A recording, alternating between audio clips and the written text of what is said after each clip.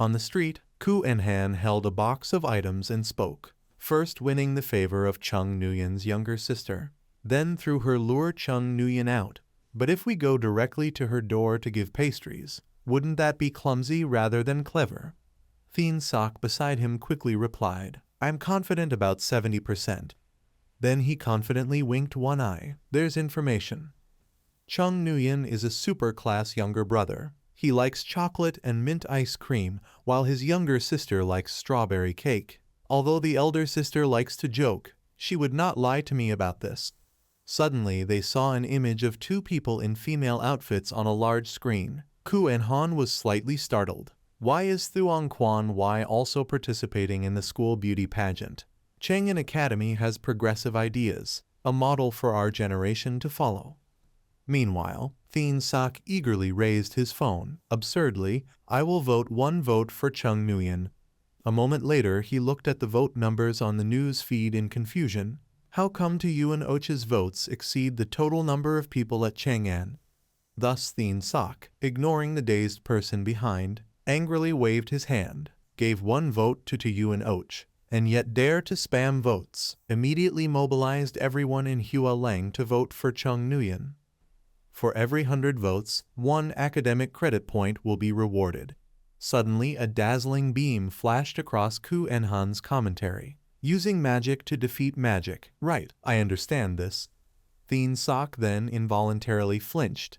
He suspiciously turned to examine. Did someone come out from here just now? If they came, fine. Why use their heteromorphic power? Instantly, Thien Sok extended his hand to release spiritual power. From innate force, emerging. In the school, it is forbidden to abuse abilities, causing the person before him to tense up and freeze. At that moment Ku Enhan slightly covered his mouth to remind him, Chairman, this is Chang'an, not Hua Leng. We cannot control it. He immediately realized, forgot about that. And before Thien Sok, the other person still maintained the same posture without moving. Strangely, this person wore a full martial outfit, not really someone attending the school anniversary, rather seeming more like a dangerous element. Then he showed a displeased expression. Why are you stopping me? The drama performance is about to start. Hearing this, Thien Sok frowned in confusion. Drama? The guy hurriedly left. I'm almost late. Fujiki, codenamed Shadow Operative, nervously reported through his walkie-talkie. Shadow Operative called Color-Changing Dragon. I was just discovered by 2 students. Although I managed to deceive them, I cannot rule out the possibility of exposure. Elsewhere, someone was observing countless footage on screens. Why are they not being careful? Nguyen Kai, codename Color-Changing Dragon, listened solemnly as the voice still echoed. Coincidentally, his ability counters mine. Min Tri, codename Super Soldier, asked cautiously, Are you okay? I've arranged the barriers here and pulled the entire academy inside. Zachary, codenamed Black Widow, was firmly seated on the wall. There's a slight problem on my side. A male student in the school is acting strangely, not participating in the school anniversary, but carrying banners and running around like a locust. In her sight was a crowd of enthusiastic students, holding flags with Chung Nguyen's image. His younger sister Thien, the true love, new school beauty, and fanatics. Thus Nguyen Kali coldly ordered, change the plan, distribute free poisoned milk tea at the entrance of the cafeteria, and make them line up to enter the restroom. Cups were arranged on the table with the label free milk tea. Zachary was invited with a similar sign hung overhead, free milk tea here, students please line up to receive it. Everyone formed a long line, including Chung Nguyen's younger sister. Suddenly someone appeared and spoke. Classmate Chung Lam. The girl slightly turned her head. It's you. The male students immediately beamed and presented the gift. Hello, my name is Thien Sok. He is Ku Enhan. The person mentioned happily peeked out. Then he continued, we are friends of your brother, taking advantage of the school anniversary to visit him. Chung Lam looked longingly at the cute gift box. You guys went to the museum today. Thien Sok decided. Give her the pastries, you accept first. So the girl held the gift in her hands and chatted with the 2 in front of her. Okay, that's fine. The brothers will return in the afternoon. or you guys can stay and play at my school for a while." Chung Lam's expression clearly showed fascination with the gift in her hands. "The club's drama performance is very good. It's a pity the final performance was already presented yesterday." Hearing this, Thien Sok panicked and shouted, "Yesterday, so the person we just met was..."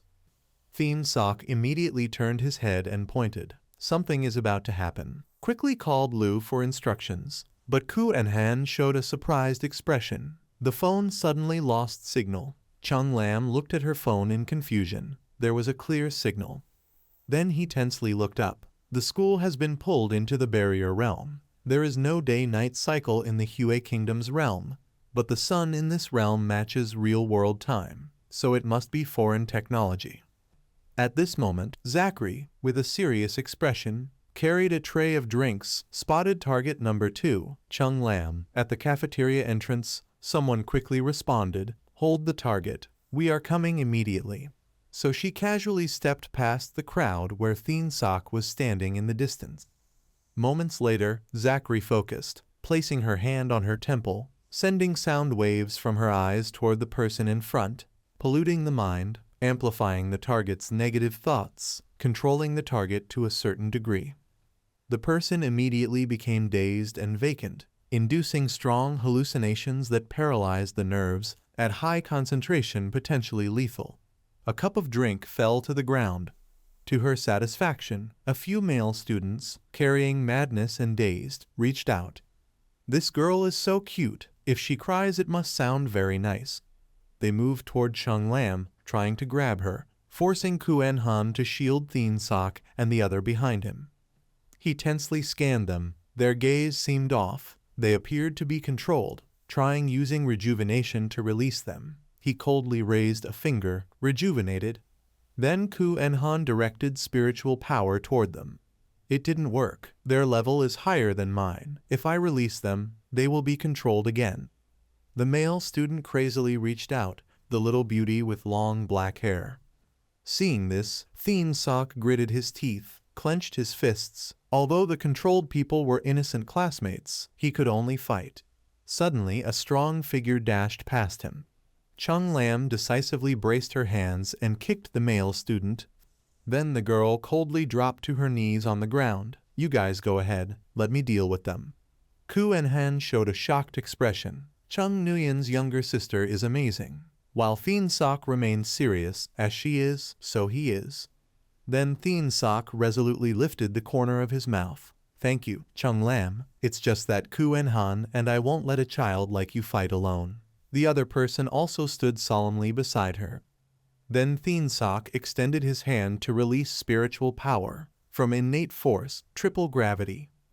While Chung Lam turned, the power from him caused the male students to collapse onto the cold ground. The girl looked stunned. The gift box in her hands also fell. Strawberry pastries, triple gravity. Chung Lam hurriedly grabbed the pastry with tears in her eyes. "Big brother is amazing. He knocked down all the enemies at once."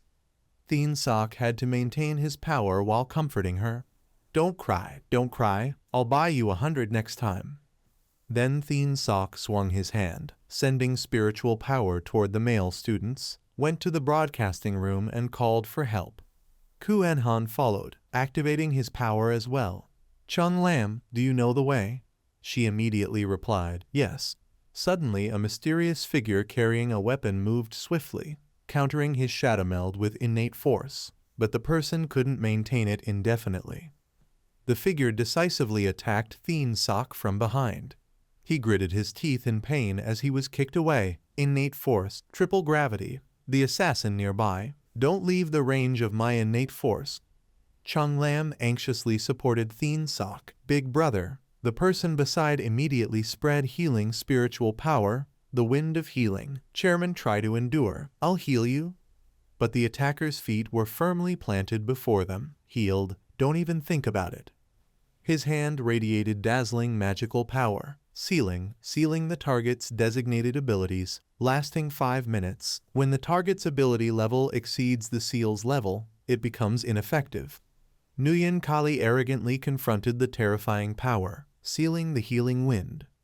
Nguyen Kali coldly glanced at the people before him. Give up resisting. I can spare your lives, especially you, kid with innate force. Without treatment you won't be able to hold out.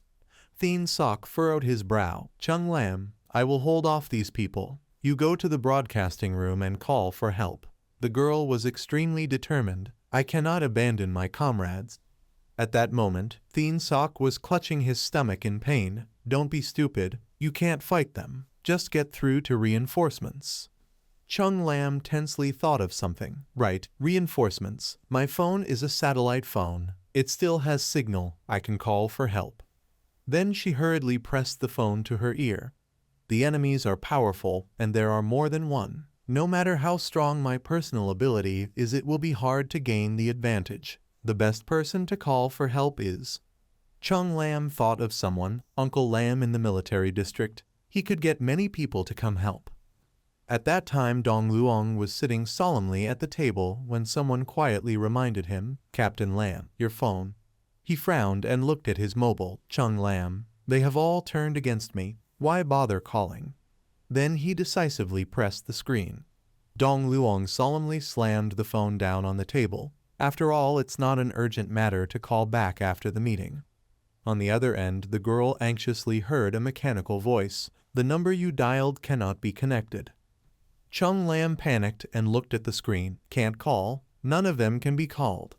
Seeing that, Nguyen Kali sneered. Children truly have no common sense. How could there be a connection in the barrier realm? Finally, the girl dialed Chung Nguyen's number. Brother, no other way. I can only call my brother. Suddenly, Thien Sok coughed up blood again, causing Ku Enhan to panic. Chairman. Chung Lam tensed and furrowed her brow. It will take time for my brother to send people. But over here I fear we won't hold out much longer.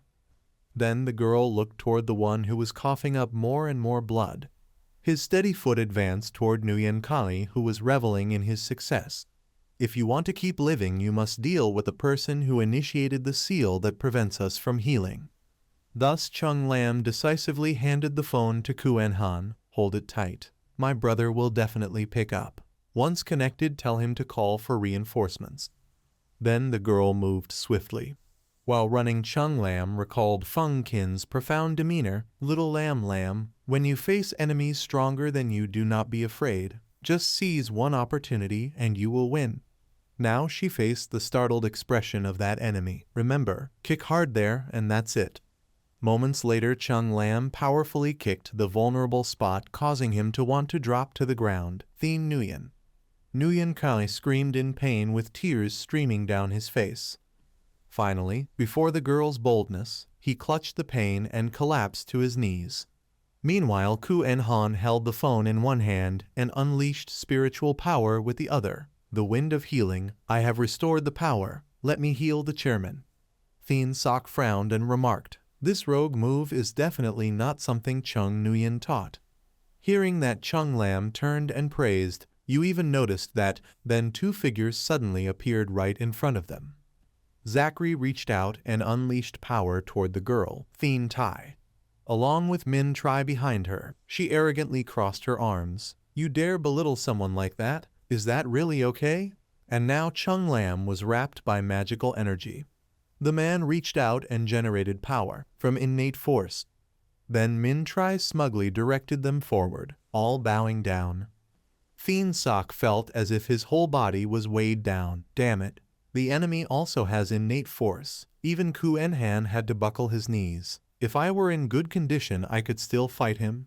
But now, and Chung Lam's phone also fell to the ground.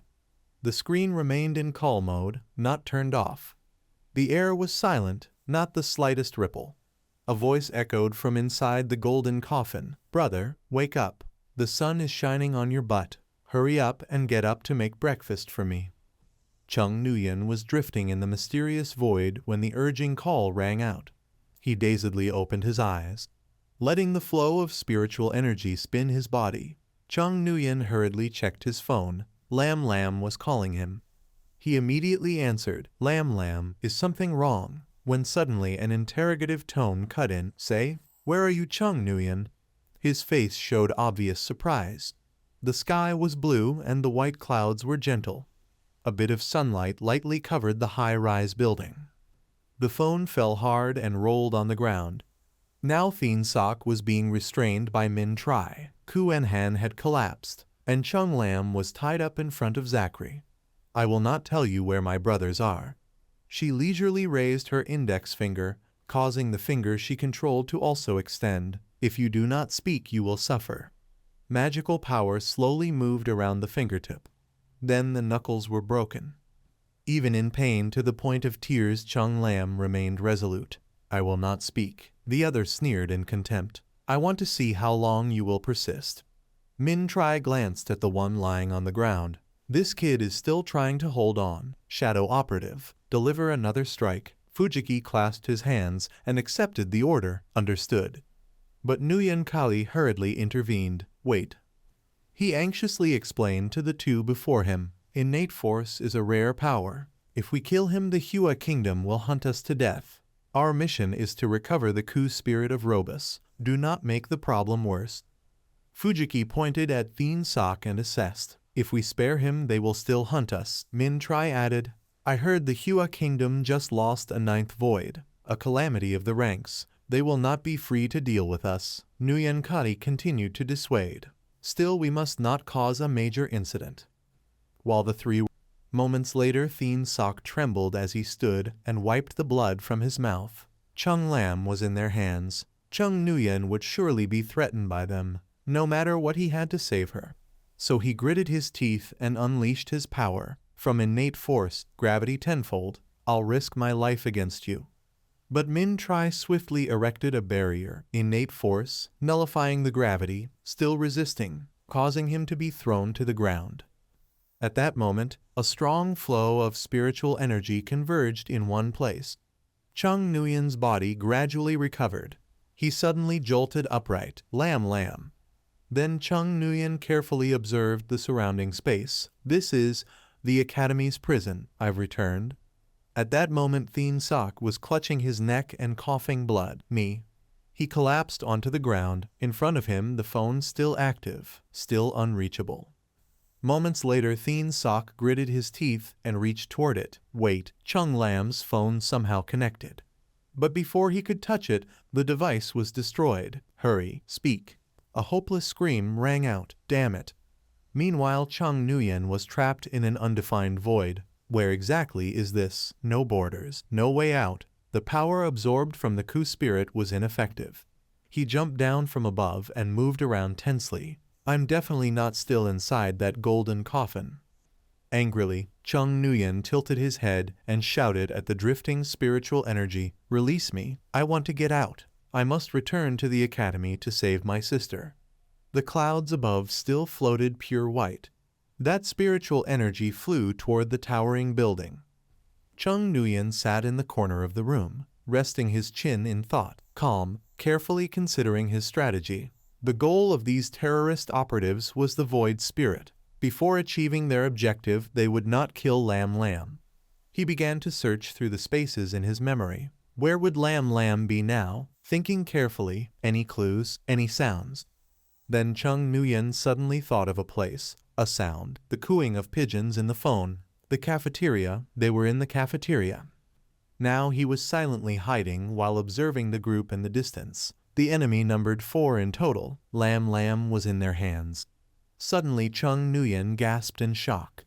In his line of sight, his sister was tied up, blindfolded and gagged, trembling in fear. These people actually dared to torment Lam, even breaking her fingers. With eyes flashing dangerously, Chung Nguyen angrily swung his hand and unleashed his power. Damn them. Min Tri noticed something. He quickly raised his hand to block the incoming blades. Innate force, gravity 7-fold. An enemy was attacking from behind. At this moment, Chung Nguyen also appeared, voice deep and commanding. "Release my sister, and I will leave your bodies intact." Nguyen Kali immediately spoke up. "Target number 1, Chung Nguyen." Min Tri froze in surprise, confused. How could he act under 7-fold gravity? Seeing this, Zachary grabbed the collar, "Covered me." Fujiki appeared from hiding and responded, "Understanding." Moments later, she arrogantly lifted her shirt. revealing her chest, using mental corruption. Chung Nuyen's face darkened ominously. She then took advantage of the moment, appearing behind him with a knife. As long as the mental corruption could distract him even for a moment, that would be her victory. A sharp weapon stabbed into Chung Nuyen's back, but he immediately turned, the powerful Kai easily slashing through Fujiki's neck. Chung Nuyen coldly touched the shoulder that had been stabbed, and the man had already fallen in a pool of blood. Moments later, he casually pulled the knife out. The sight made Zachary, who had just pulled her shirt back, recoil in horror.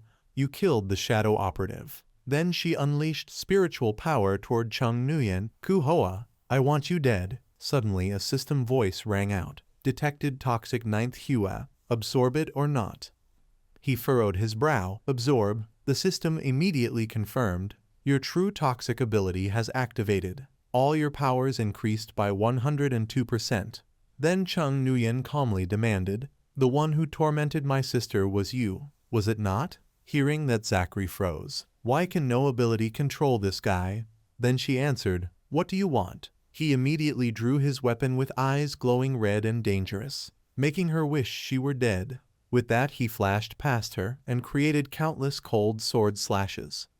Thus Zachary behind him was cut into pieces, leaving her lying in a heap on the ground. Seeing Chung Nuyen gradually approaching, Nuyen Kai panicked and grabbed Min Tri's shoulder to activate a super camouflage spell, then urged, retreat quickly, but the man remained unperturbed. Retreat, my foot. Min Tri squeezed Chung Lam's throat with a ferocious look.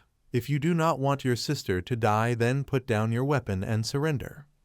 Chung Nuyen decisively dropped his weapon to the ground and still emitted his Kai. Seeing him raise his hand in surrender, Min Tri became smug. That rotten kid. Earlier was he not very imposing? This time let us see what skill you have. However, Nuyen Kali beside him looked doubtful. Not right, my super camouflage is still active. This kid seems to have seen us. While he held Chung Lam tightly and struck. Try my tenfold gravity then. He hurriedly fled.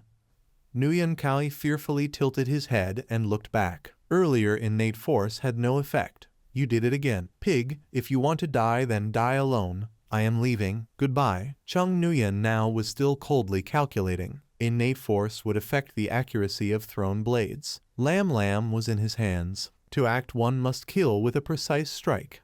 Thus he stamped hard on the hard ground. Hemoblood fury. All powers increased to 1200%. At this moment Min Tri showed puzzlement. Strange. Why has the temperature suddenly? And Chung Nuyen suddenly opened his eyes wide, reached out. Thermal pressure burst. So a stream of white Kai pressed against the stunned man. He continued to rotate his hand to channel Kai. Last time there was a vague feeling that the effect of explosive thermal pressure on extraction temperature was not as simple as people think. Indeed, seeing the power turn into icy cold to restrain Min Tri and fling Chung Lam away.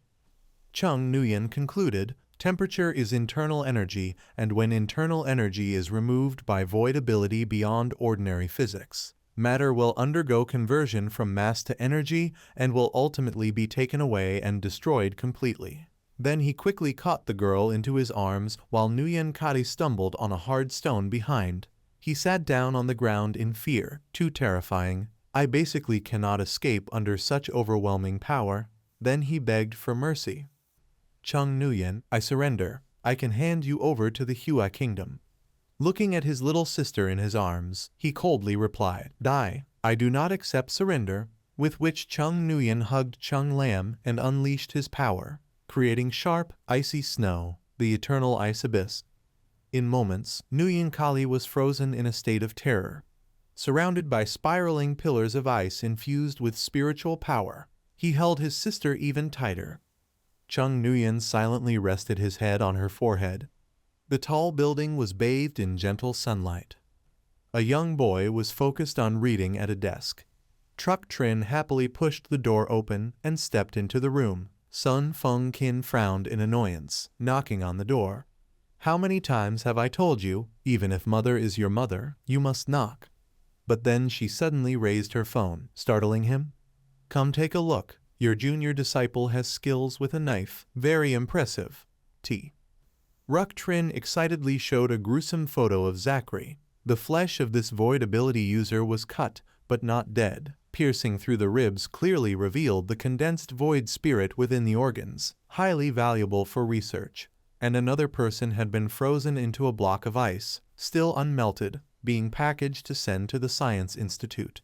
Seeing this, Feng Qin anxiously grabbed his mother's shoulder. Chung Nuyen would not strike others without reason. What happened? She honestly replied. The Huadong military district is discussing this matter. Hearing this, he picked up his glasses from the desk. I will return to Shandong City immediately. Truck Trin stopped him. I said earlier we are going shopping together today. Who is more important, your junior disciple or me? Feng Qin decisively answered. The junior disciple is more important. She immediately took out a handkerchief, covering her mouth while crying. The wicked, heartless boy. I carried you for 9 months, but he remained unmoved. When he was young, he soaked in nutrient fluid until 2.5 years old. Did mother think I didn't know? Truck Trin protested. But I am still your biological mother. Suddenly Feng Qin's expression turned serious. If you are my biological mother, then do not hide it. What will the military district ultimately do with him? She folded her arms and turned to the door to answer, probably awarding the boy a second-class certificate, which confused him greatly. Truck Trin then turned back, beckoning with her hand to coax. Little one, go shopping with mother. I will tell you some insider news. In the office of the commander of the Eastern Flower Military District, Chung Nuyen sat seriously with his hands clasped. In the school he had killed a foreign supernatural power user, so there was surely no shortage of interrogation, the cause of this incident being the Robus artifact, and if questioned later, should he play dumb? He continued to ponder as a figure approached, the instant transfer from the museum to the academy not easy to explain, so he resolutely decided to act as if he knew nothing. Before the young man now were Shen Kai with a serious expression and Guan Feng politely bowing. Hello, fellow student Chung Nuyen. I am the commander of the Eastern Flower Military District. And Guan Feng, due to our negligence you and your sister were put in danger at the academy. On behalf of all the officers and soldiers of the military district, I sincerely apologize to you both. He revealed a tense expression. Commander An, the person who had always helped him quietly after he fought at Hua Long. So Chung Nuyen decisively stood up. The one who should apologize is me. A few days ago I caused trouble for you by attacking the foreign exchange student. Yet the commander calmly raised both hands. No, it's fine, just do it. Moreover, besides apologizing, I also want to thank you. Then Guan Feng bowed once more. You have saved my daughter and Tai Ka in the Shen Nongjia dimension. As a father I thank you. And he also slightly bowed. She gave me so many Robus artifacts. So the one who should say thanks is me. The scene before them made Shen Kai awkward, as if they were trying to see whose bowing posture was more proper. Then he raised a hand to his chin and spoke. How about everyone sit first and then I'll talk? Guan Feng quickly agreed. Yes, little Shen. I want to speak alone with this boy. You stay at the door and make sure no one disturbs us. Shen Kai bowed and replied, yes. Sitting on the chair, he comfortably stretched out his hand and spoke. Fellow student Chung Nuyen, there is no need to be so formal. Today we invited you to the military district not to investigate or hold you accountable. We just want to talk with you. He asked curiously, what is it about, sir? The other responded, your ability. Guan Feng recalled the images observed on the computer. The staff had analyzed videos of your combat and found that your actual ability did not fully match the records. This matter has attracted the attention of the Science Institute, and if they come to investigate and I cannot explain, you may have to go with them. Then he solemnly leaned closer. Chung Nuyen, did you receive the tenfold? Hearing this, he furrowed his brow and considered, it is not a probe but a direct statement of fact, showing the sincerity and competence of Commander N, so why should I pretend to be ignorant? Before Chung Nuyen now were the deep blue sky and several high-rise buildings. I strive to become stronger to defeat the heterodox and protect Lam Lam. Blindly hiding all my power would only be counterproductive, since the military district is willing to deal sincerely with me. I can speak the truth about my ability. This, he stood by the window and explained. Actually, that ability is not called tenfold reversal, but rather tit for tat, blood for blood. Most of my abilities are not fake. It is just that I have long surpassed the limit of 8 types. Guanfeng also listened carefully to these words. Chung Nuyen honestly explained everything. I can upgrade my abilities by absorbing the same type of robust artifact. As long as I have enough, I can ascend to the peak level and gain new abilities. The rest of my abilities are increased the same way, level by level. He continued to add, furthermore, I also. But Guanfeng excitedly stepped forward and clasped his shoulder. As long as you give him enough robust artifacts, his existing abilities can reach the peak level, right? Chung Nuyen confirmed, yes. The other person was overjoyed, excellent. Guanfeng held him and exclaimed, heaven is helping Hoa Kwok. Now we have another super-level power, a determination sea god class expert. The evening sunlight bathed the tall buildings. At this moment he calmly explained, in recent years, countries around the world have gradually disclosed information about robust activities to the public to a certain degree. Only Hoa Kwok can conceal any truth that might destabilize the nation. Even teaching materials about abilities often have many unrealistic aspects. Then Guanfeng extended his hand and explained, regarding the secrecy of heterodox robust artifacts, nothing was recorded in the files. Foreign intelligence could obtain information related to you, which proves there is a hidden traitor in Hoa Kwok. But the current evidence cannot determine who it is. Hearing this, Chung Nuyen suggested, the enemy operates in darkness while we act in daylight. Why not use me as bait to lure out the traitor? He immediately agreed. All right, I will arrange this. You return to school first and wait for my news. Then he gently stood up. I will take my leave now and await your good news. Suddenly Guanfeng spoke again. That's right, there is another matter concerning your parents. But Chung Nuyen grew dark and somber. They have long been dead, haven't they? And then the door slammed shut forcefully. Guanfeng remained thoughtful, hands clasped. 10 years ago, Robu's activity appeared in Shandong City, affecting a large number of ordinary residents. Your parents were among them. To conceal the truth, the military district used your parents' identity to provide living subsidies for your relatives. His expression became solemn, it seems. His thoughts continued while watching the lonely back of Chung Nuyen. The boy had long anticipated the truth.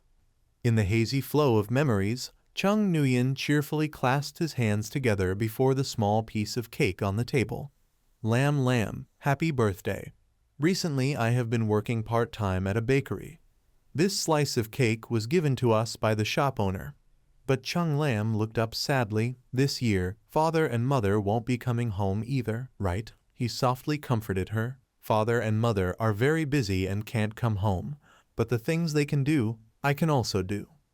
Right after that, the little girl's face brightened. Then, for my next birthday, I wanted a big round cake with a ring of strawberries all around it. Leaving the memory behind, now Ko Enham spoke softly. The wounds on Chung Lam's body have fully healed, but the psychological trauma may take some time to recover. Chung Nuyen calmly held the gift box. She will be fine, Director Ko. Please go back first, the other person replied. All right, then I won't disturb you two any longer. Then he held the gift box and walked toward the person lying on the hospital bed. Lam, how are you? I bought a super delicious strawberry cake. Should we eat it now or later? Chung Lam drooped her head into her arms. Brother, I'm fine, just a little scared inside. Chung Nuyen gently sat down on the chair, then talked to me. The girl obediently replied, yes. Chung Lam recalled the brave image of herself in her imagination. In most of the comic books she had read, evil never triumphed over good. Although it sounded childish, she simply wanted to be like the protagonist, someone who could protect the world and defend justice. The girl shyly raised her hand, her face blushing and her eyes teary. I always feel that all ability users are righteous companions, comrades fighting together against alien races. Ability users shouldn't be killing each other. Hearing that, Chung Nguyen gently wiped her tears with a handkerchief. Different people have different senses of justice. When two justices don't align, they can't coexist. People will become enemies to each other. The girl clenched her fists with determination. Justice is strawberry cake. That answer left him stunned. Chung Lam's expression suddenly turned completely serious. The people who make cakes, the technology for making ingredients, a peaceful world where you can open a bakery, strawberry cakes, and everything behind them are my justice. A moment later, the girl returned to her frightened state, hugging her knees. I'm still too weak. I don't even have the strength to protect a strawberry cake. Seeing that, Chung Nguyen gently patted her head to comfort her. If that's the case, then let me help you protect the strawberry cake. Lam only needs to be like when you were little. Just wait for me to bring the cake home. Suddenly, the girl's face turned melancholic again. But in the end, I'll have to grow up someday. He still softly brushed her hair. As long as I'm here, Lam can stay a child for as long as she wants. 1 day, 1 month, 1 year, or even a lifetime, it doesn't matter. Chung Lam quietly touched the top of her head. Then I'll stay a child for a little longer, until I can protect the strawberry cake myself. Then her voice echoed through the long hospital corridor. Oh right, brother, there's another strawberry cake friend next door. Aren't you going to visit him? And so, the two of them went to that patient's room. Chung Lam cheerfully stepped inside. Brother Kuang Fin Sok, my brother came to visit you. Chung Nguyen scratched his face awkwardly. Thank you for saving my sister, and sorry, last time in Hoa Lang I almost beat you to death. Fin Sok smiled casually. It was actually my fault too. I made you misunderstand before. What's past is past. Let's just let it go. Then he shook hands with Chung Nguyen under the little girl's bright gaze. So, can we be friends now? The boy replied easily. Of course, but as friends, let's not mention anything about stealing someone's girl, all right? Saying that, Chung Nguyen turned and began cutting the cake. There's also this, just now Lam said. Then he handed over a piece of cake. You can have a share of her strawberry cake too. Several lines of notifications appeared on the phone screen. Ranking board, Hua Nation's young Kunang users ranking. First place Zhang Baiyu, second place Xuan Ming, third place Bai Wu Yan. The man holding the phone commented that the old fox already placed your ranking at second. Sitting across from me, Chung Nguyen remained calm. I was also awarded the third-class Venus Medal, a second-class commendation, and the rank of Major. 2 of the attackers in the school grounds were internationally wanted criminals. The bounty has been issued. Hearing that, the other immediately replied, all of that is unrealistic. Then Chung Nguyen had to quietly watch as Feng Qin innocently gestured while talking. Come to think of it, that day the people from the museum called my house non-stop, saying you entered the exhibition room and disappeared, completely vanished. I told them, Kunong users moving around without a trace is normal. No need to panic. Suddenly his eyes showed concern. These days you never sleep in your own dorm, but always go to the detention room. Don't tell me you've developed dependency insomnia, where you can only sleep in dark, narrow spaces.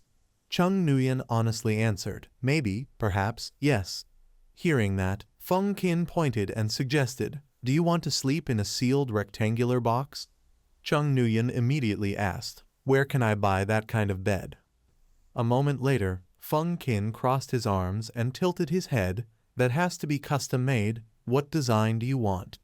Chung Nguyen seriously touched his chin, then recalled that object. Could it be made like a golden coffin, just modified so it can open? The best material would be alloy, since pure gold doesn't have impact resistance. Feng Qin continued asking, no problem. Do you want a sliding lid or a flip lid? Chung Nguyen carefully considered a flip lid, more convenient to use. He then gestured in agreement. Okay, I'll have it made and delivered to you in a few days. Later, while dining with the siblings Chung Lam, Quan Yi started chatting with the person next to him. Feng Qin, you weren't at school these past few days, so you dodged a big disaster. Seeing his puzzled look, Quan Yi casually lifted a spoonful of rice to his mouth. That day the cafeteria handed out expired milk tea for free. Everyone who drank it got food poisoning and rushed to the toilets. But as misfortune never comes alone, all the school drains were frozen solid. When the bathroom doors opened, it looked like opening a chest full of golden treasures. Hearing that, the little girl sadly tugged at Chung Nguyen's sleeve while he was still eating, suddenly feeling she had lost her appetite. Meanwhile, Feng Qin helplessly put his hand over his face. Quan Yi didn't bring up that kind of topic during a meal. Embarrassed, Quan Yi scratched his head and laughed awkwardly. Then how about I talk about how I was suspected of being gay because I wore women's clothes for a photo shoot, and my family arranged 3 blind dates for me. Then, the one picking up food suddenly remembered someone. Didn't you already have Giant NHU? Quan Yi honestly replied. They said we're not from the same social class. So Feng Qin turned his head teasingly. What's that? She's pretty, has good grades, and a big butt. Standing next to you is like a jasmine flower stuck in a cow pie. Hearing that, Chung Lam tilted her head in confusion. Having a big butt is an advantage too. He immediately put on a serious face. Of course it is. Chung Nguyen quickly cut in. Feng Qin, don't teach my sister nonsense. But the other still waved his hand and lectured. Medically speaking, the wider the pelvis, the easier childbirth is. Of course that's an advantage. Then Feng Qin furrowed his brows, looking worried. As Kunang users, we can face accidents at any moment. If you meet someone you like, why hesitate? Marry early, have children early. That way you can contribute more to the nation. Then he looked at the others with a smug expression. Not talking about you guys, of course. The next second, Chung Nguyen angrily punched him, flying into the air. Feng Qin. A group of people stood in a neat line, attentively listening to Liu Wen speak. Starting today, our class will undergo real combat training twice a week. The specific contents include martial cultivation, physical military training, and spiritual meditation. After finishing, she gestured toward the people behind her. For today's session, the military district has specially dispatched several active duty martial level masters to instruct you. At that moment, Chung Nguyen was looking at Dong Luong and Zhan Hong in front of him. Unexpectedly, 2 familiar faces. Meanwhile, Chung Lam frowned worriedly. Uncle Lin, why is it always him leading the combat training? Dong Luong showed a serious expression. Hello students, starting today, the 4 of us will guide you through the basic real combat training course. Now let's introduce ourselves first. Then he began. My name is Lin Dong Luong, from the Night Eagle team of the East China Military District. I am a Kunang user of the command system. The others also spoke in turn. My name is Yan Hong, from the War God team of the East China Military District. A Kunang user of the Divine Power System. The person beside him continued. My name is Zhang Chong, from the Steel Guard team of the East China Military District. A Kunang user of the Defense System. And finally a girl said, my name is Mu Hong, from the Divine Eye team of the East China Military District. A Kunang user of the Support and Healing System. Then Zhang Chong raised his arm proudly. I have won 2 martial arts medals at the military sports games. Any students who want to improve their combat skills can come to me. The girl also raised her hand and said, those with weaker physical constitutions, especially females, are more suited to the support and healing systems. Students interested in this system can follow me. At this time, Dong Luong frowned sternly, recalling that a few days ago, the commander had summoned him to the military district office. In that memory, Guan Feng sat gloomily with his hands clasped on the chair. Zio Lin, when Cheng Academy was ambushed, the first person Chung Lam called for help was you. Hearing this, he shouted in shock. What? That was a call for help? The other man continued coldly. You cut off her resources, yet she never cut off her trust in you. Then he lifted his gaze seriously. What a smart child! Even in a moment of crisis, she was able to calmly judge the situation and contact the military district for help. Yet you denied her just because she only had 2 abilities. Guan Feng's next words surprised Dong Luong. Right now, there's a chance for you to restore your relationship with that child. Returning to the present, he slowly walked toward the 2 of them. Chung Lam, Chung Nguyen, you 2 will be under my supervision for training. He remained silent, and the girl fearfully clung to his arm. Finally Chung Nguyen decisively spoke, causing Dong Liuang to startle. "Instructor Lam, you are not suitable to instruct us. You should be replaced by someone else." He showed displeasure. "Chung Nguyen, do not bring personal feelings into class. Although I am a Kunang user of the command system, guiding ordinary students like you is more than enough." At this point John Hung behind could only sigh. His face looked awkward. "If Xuanming is a normal person, then we are the unusual ones." Then he coldly replied, "Instructing me, you are not qualified. Change the instructor is my reasonable request. Also, I hope Instructor Lam does not bring personal emotions into class." Hearing this, Zhang Chong angrily lunged forward. "What do you mean? Captain Lam has glorious achievements and strength obvious as daylight. On what basis does a student like you act so arrogantly?" Dong Liuang calmly put out a hand to stop him. "Little Xiang, do not speak further." Then he turned and looked forward. "Chung Nguyen, I admit I was wrong. I owe you and your brother. I solemnly apologize to you." Dong Liuang's face became stern again. "But this is not a valid reason for you to refuse my instruction. Come to class with a humble attitude instead of being irritable and capricious." However, he did not compromise at all. Even an apology would trample on others. "I truly dare not praise this character of yours." Mu Hong frowned and put a hand on her hip. "It is shameful for a student to deliberately cause trouble in front of an instructor." Zhang Chong continued to roar in fury. "Brat! What exactly do you want?" Chung Nguyen remained exceedingly calm. "Change the instructor. His strength and character are both inadequate. He cannot teach me." So he ground his teeth and snapped back. "I have never seen anyone as arrogant as you. Today, if I do not teach you a lesson, in the future on the battlefield you will die within 2 seconds of engagement." Chung Nguyen arrogantly glanced at him. "Big brother, I advise you to eat more rice and meddle less in pointless matters." Zhang Chong angrily pointed and frowned. "I will meddle today. Come out here. Let us fight." Chung Nguyen replied nonchalantly, "If you want to fight, then fight. Do not make excuses." Suddenly Chun Lam intervened. "Brother, maybe just stop." But he remained composed. "It is fine." Then Chung Nguyen confidently pointed at the other. "To defeat him, you only needed one move," which made Zhang Chong startle. Zhang Chong angrily retorted, "One move. So I will stand here and let you land one strike. Use any ability you like." Chung Lam held up her phone to record. Seeing this, she could not help but purse her lips in disdain. He contemptuously boasted, "Just so you know, I am the #1 or #2 defense expert in the military district. My reflection ability can also reflect your attack back at you. Reflection: when attacked you only take 20% damage and reflect 80% of the damage back to the attacker."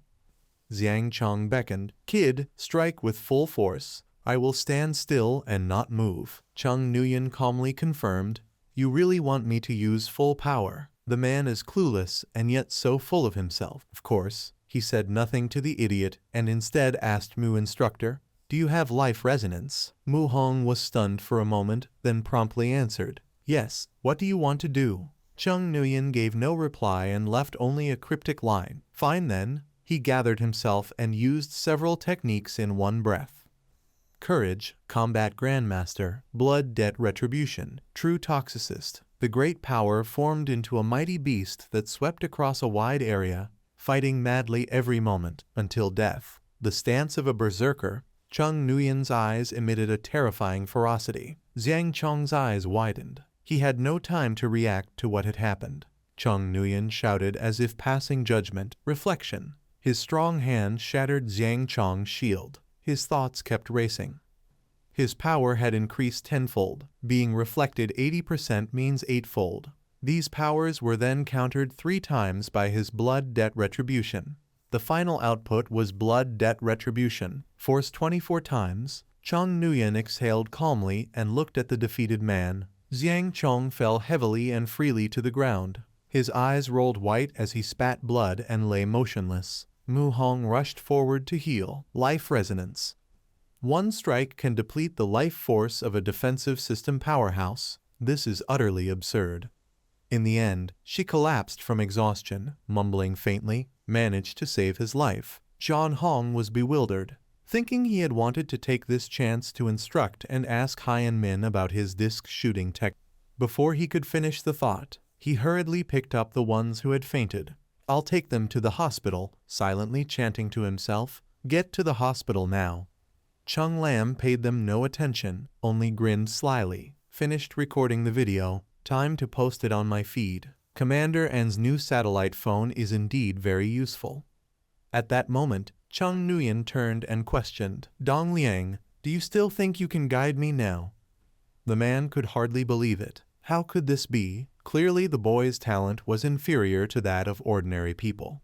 "I once absorbed a kunang with red-level sensory ability, besides being able to detect red-level royal bloodlines among alien species. It could also sense the kunang potential of ordinary humans.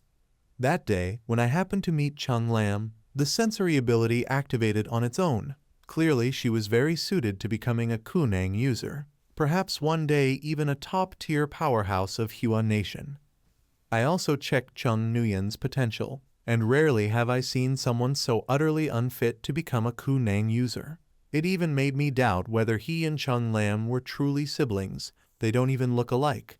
I waited painstakingly for heaven's opportunity when Chung Nguyen had his accident, forcing and manipulating Chung Lam into an academy.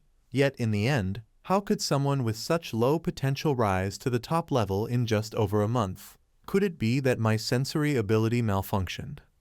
Or perhaps, judging a person's worth based solely on sensory kunang results was a mistake from the very beginning. The scene shifted to Hualang Academy. The gentle light of the morning softly shone over the tall buildings. Thien Sok raised his eyebrows as he looked at the notification on his phone. Chung Lam had posted a new update on her friend circle. The screen displayed, 1 hour ago, "Look, my brother isn't handsome." He happily typed on his keyboard. "Chung Nguyen has become stronger again. Last time, when he hit me, it definitely didn't have such power. Let's save 3 copies of the video first." On the other hand, Feng Qin also smiled. As expected of little Lam Lam, sharing is as easy as turning a hand. He casually added a comment, "My junior, amazing right? Not introducing him to you guys." Another person quickly replied, "Amazing, next time bring him home for dinner. I want to see him make noodles on the spot." Someone else joined in, "Has the latest version of the anti-gravity flying knife reached him yet? Is it the original one? The Hunang textbook needs that." At this moment, Ko En Ham had also seen the post. Well done. Even the commander shared it on his social feed, trying to make all of Hua Dong go crazy. But this Chung Nguyen really is photogenic. He rubbed his chin in thought. Now that I think about it, when candidates were selected, each would receive the title of admissions ambassador and have a photo featured in the enrollment materials. Chung Nguyen was the strongest male king with 1.8 million votes. The scene changed, bright lights, continuous guiding voices, this pose, that expression, professional. This year Than and did not use the male king as the poster, instead changing to a young hero, which doesn't seem bad either. Ko En Ham's eyes sparkled as he boasted, "Chung Nguyen is the youngest major of Hua Dong. If we don't use him as the banner, who else could we use?" After a while, he asked in a tired tone, "Done shooting? Can I leave now?" The man was surprised. "You were so excited just now. Why suddenly tired?" Chung Nguyen calmly replied, "That was my expression used for business." He thought helplessly, feeling that he had the ability to look adorably charming whenever he wanted. People around would subconsciously have good feelings toward him. The more he thought about it, the more dangerous. In short, try your best not to use it on humans. First test the specific effects on animal bodies and then decide what to do next. Elsewhere, Ayan Och felt gloomy and distracted. She had first invited Chung Nguyen to form a team but was rejected. And now he had even taken the title of campus beauty. Really, forget it. I'll go to the garbage incinerator to pet cats and relieve boredom. Suddenly, she saw someone surrounded by a bunch of cats. Curious, Ayan Och reached out and tapped the person in front of her on the shoulder, asking, "Hey, how can I make these cats more friendly?" The person turned around blankly. When she saw his face clearly, she was startled. Chung Nuyen. He rubbed his chin thoughtfully. I remember now, you are that last prayer from that day, the one who tricked me into going to the Malatang shop. Ayan Och hurriedly introduced herself. Ayan Och. My name is Ayan Och, not last prayer, see. Last mate Chung Nuyen, are you also here to feed the cats? He squinted one eye and said, these cats make noise every night. I came here to punish them. In his heart, Chung Nuyen reminded himself, no, she's a cat lover. I can't speak ill of cats in front of her. Earlier, Senior said she wanted to get closer to these cats. When she heard that, she leaned closer and asked eagerly, yes, how did you manage to do that? Can you tell me? He said, I can, but everything you see today must remain a secret. Without hesitation, Ayan Och agreed, no problem. Chung Nuyen then said very seriously, if you want them to listen to you, you have to learn how to act cute. She looked confused and repeated, acting cute.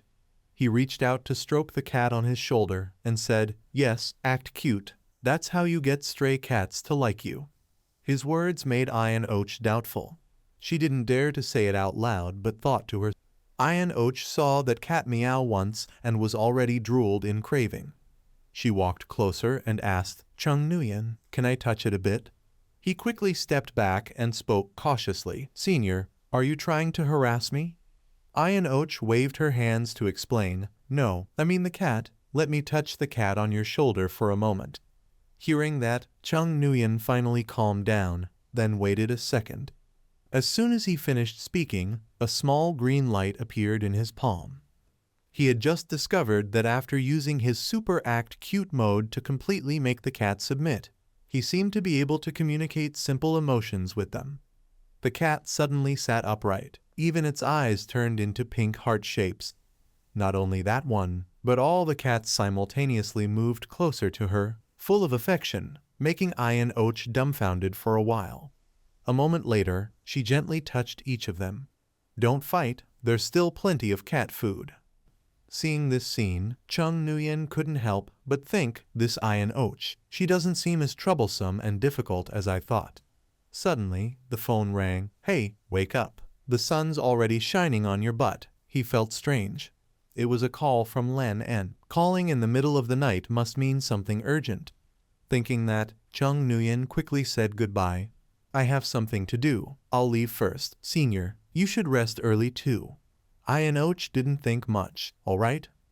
After he left, she crouched down, blushing as she looked at the cats, thinking, the feeling of stray cats approaching me on their own is truly wonderful. I wonder if I can pet cats with Chung Nuyen again next time. Earlier, Chung Nuyen said, you have to act cute toward them. Maybe I should try. Thinking so, Ayan Och raised both hands, physically acting cute. The cats around her all fell silent. Suddenly, their expressions changed. All of them pounced on her at once. Ayan Och could only cry as she carried her things and went home. It was all fake. Acting cute doesn't work. Now great, scratches all over my face. I have to go get treatment. At that moment, 3 large claw marks were clearly visible on her cheek. Ayan Och was about to raise her hand to touch them when she suddenly froze as if remembering something. Treatment.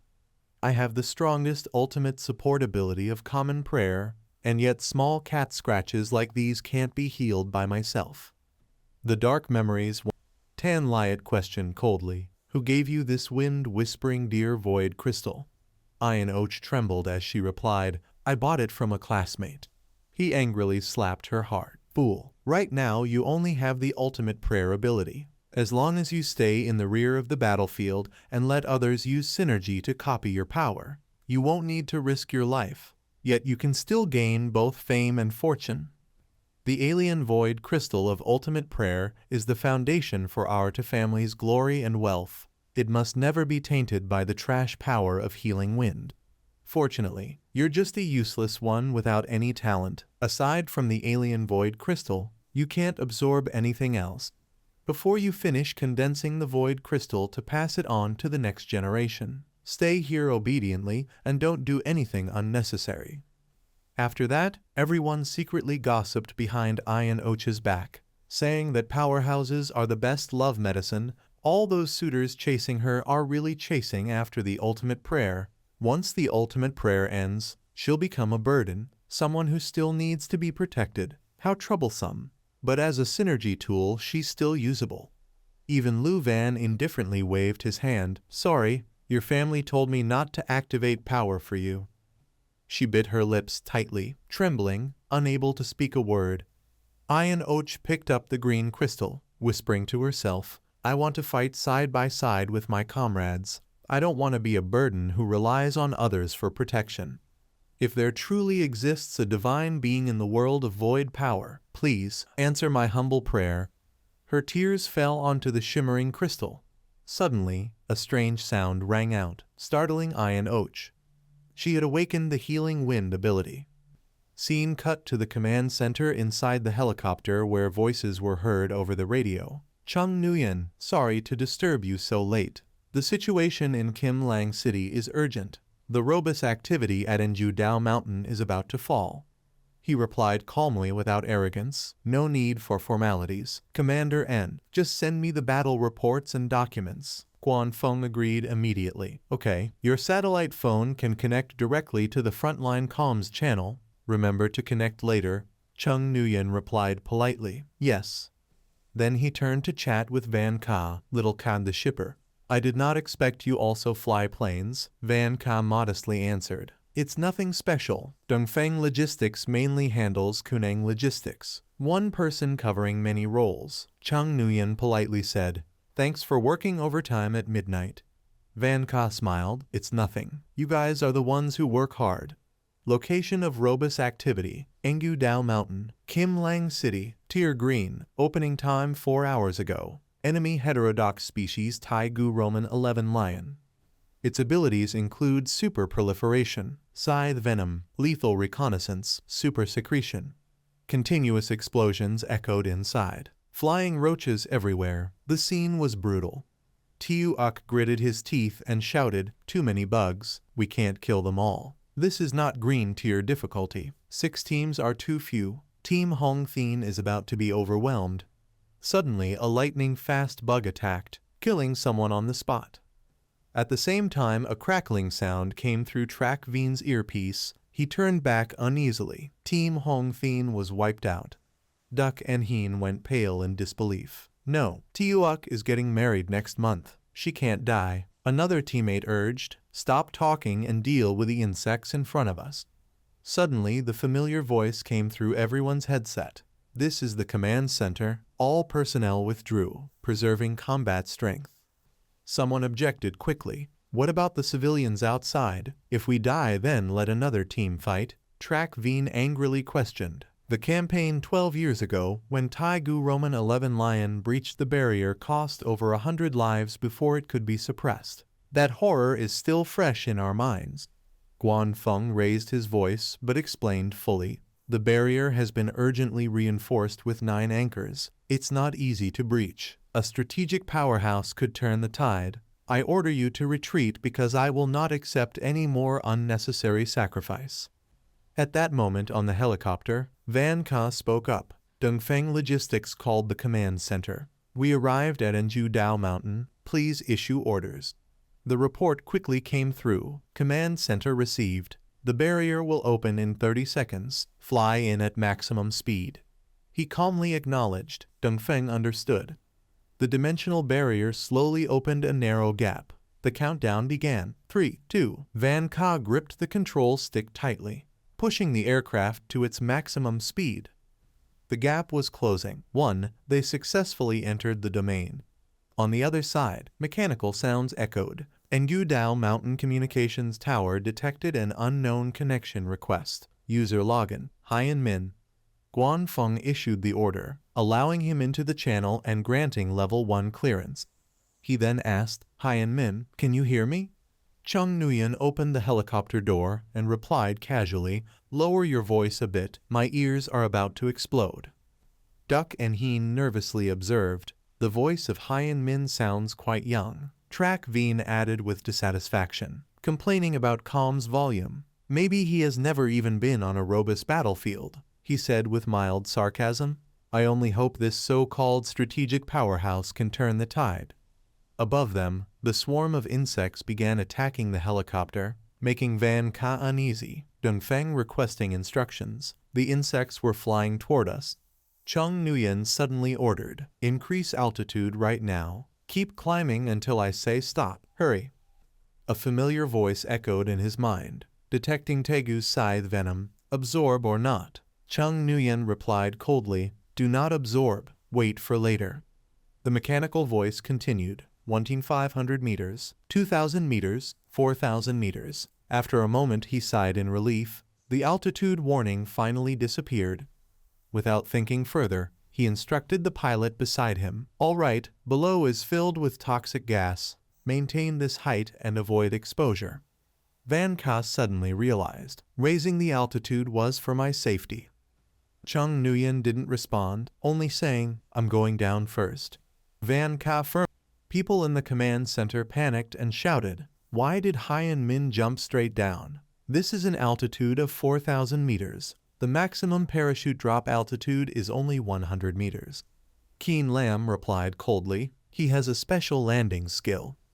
On the other side, Chung Nguyen had opened his parachute and was falling among the disgusting swarm of insects.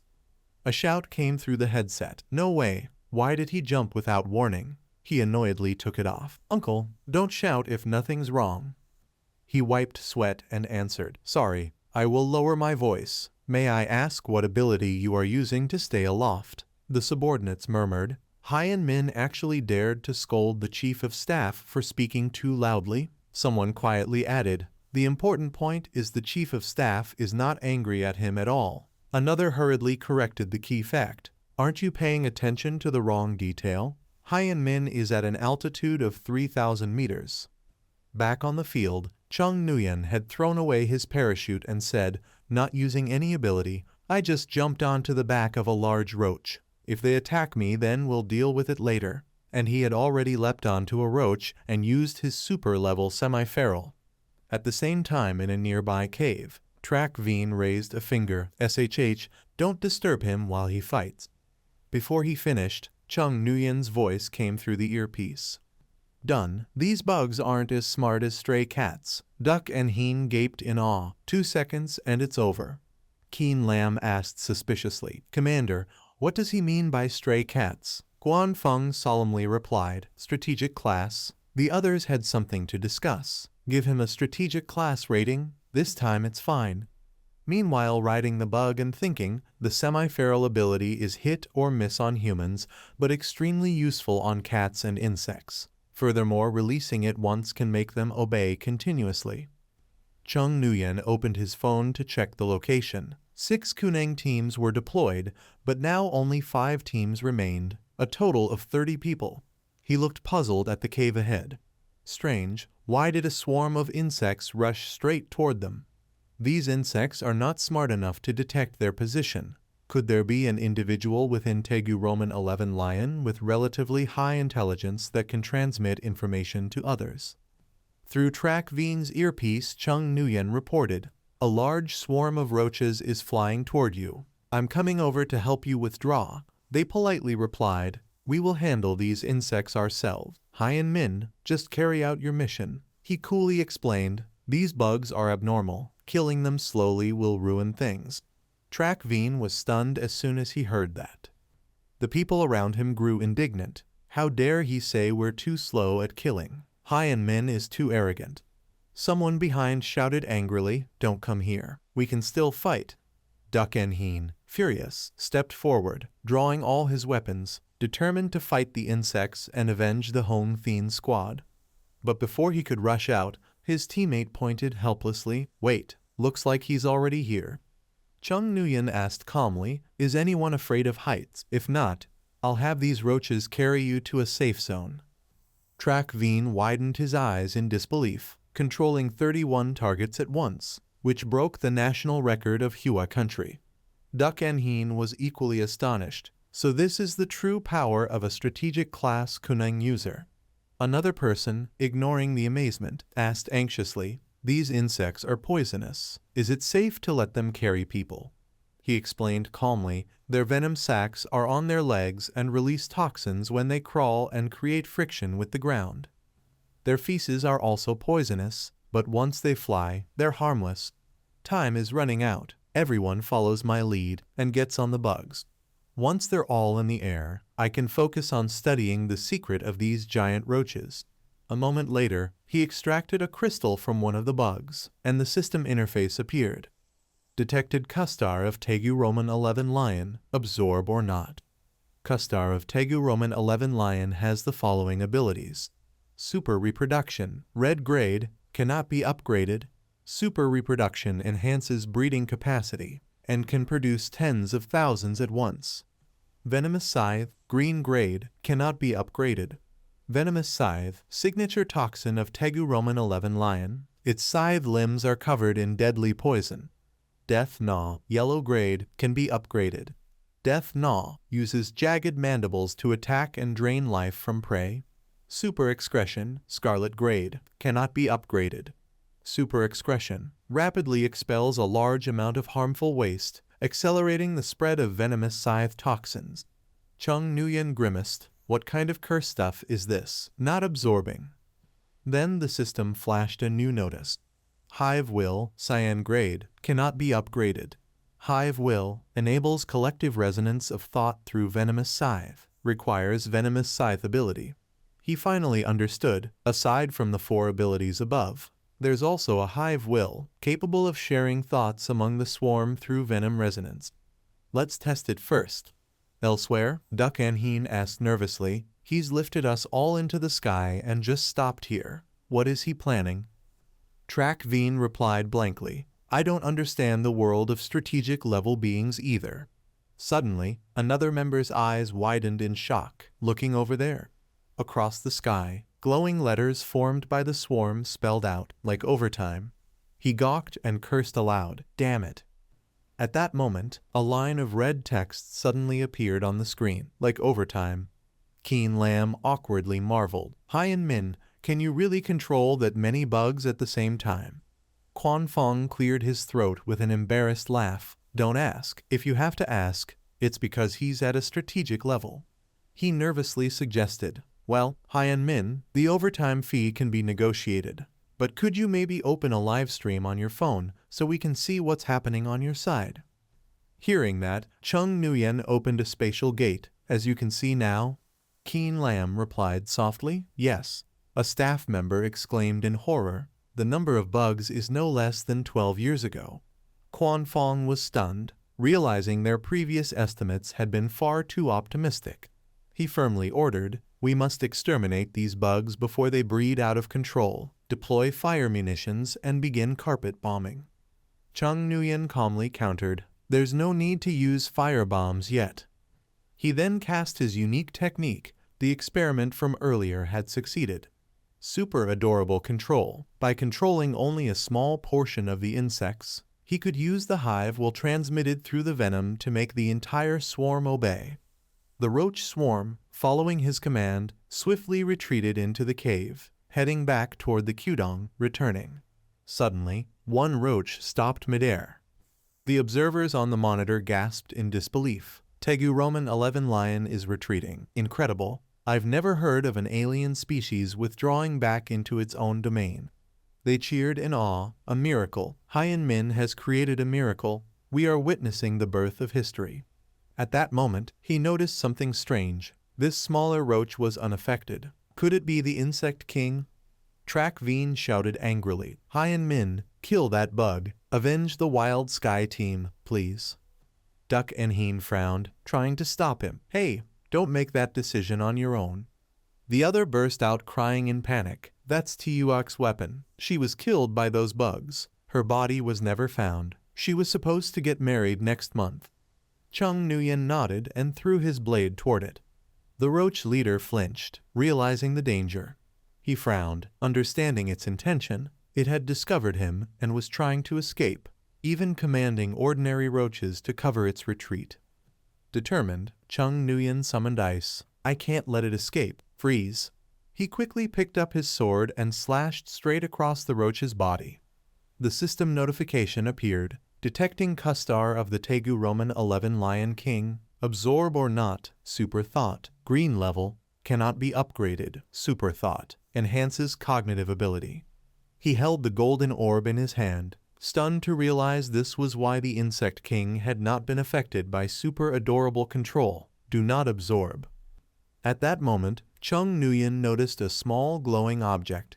He approached and picked up a diamond ring. He recalled Feng Qin's words, as Kunang warriors, we could face death at any time. If you meet someone you love, why hesitate? He tightened his grip on the ring, realizing that those words were something his mentor had learned only after countless partings between life and death. Chung Nuyen stared blankly at the roach boss in front of him. This was the Insect King.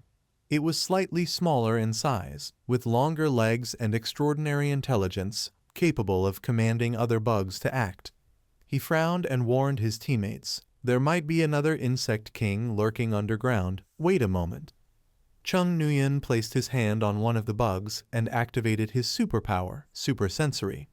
Immediately, his suspicion was confirmed. There was indeed another one. He quickly analyzed the positions and found an Insect King. I have sent the coordinates to you. It has laid eggs and built a nest underground, dropping fire bombs to destroy it. Keen Lamb cleared his throat and half-joked.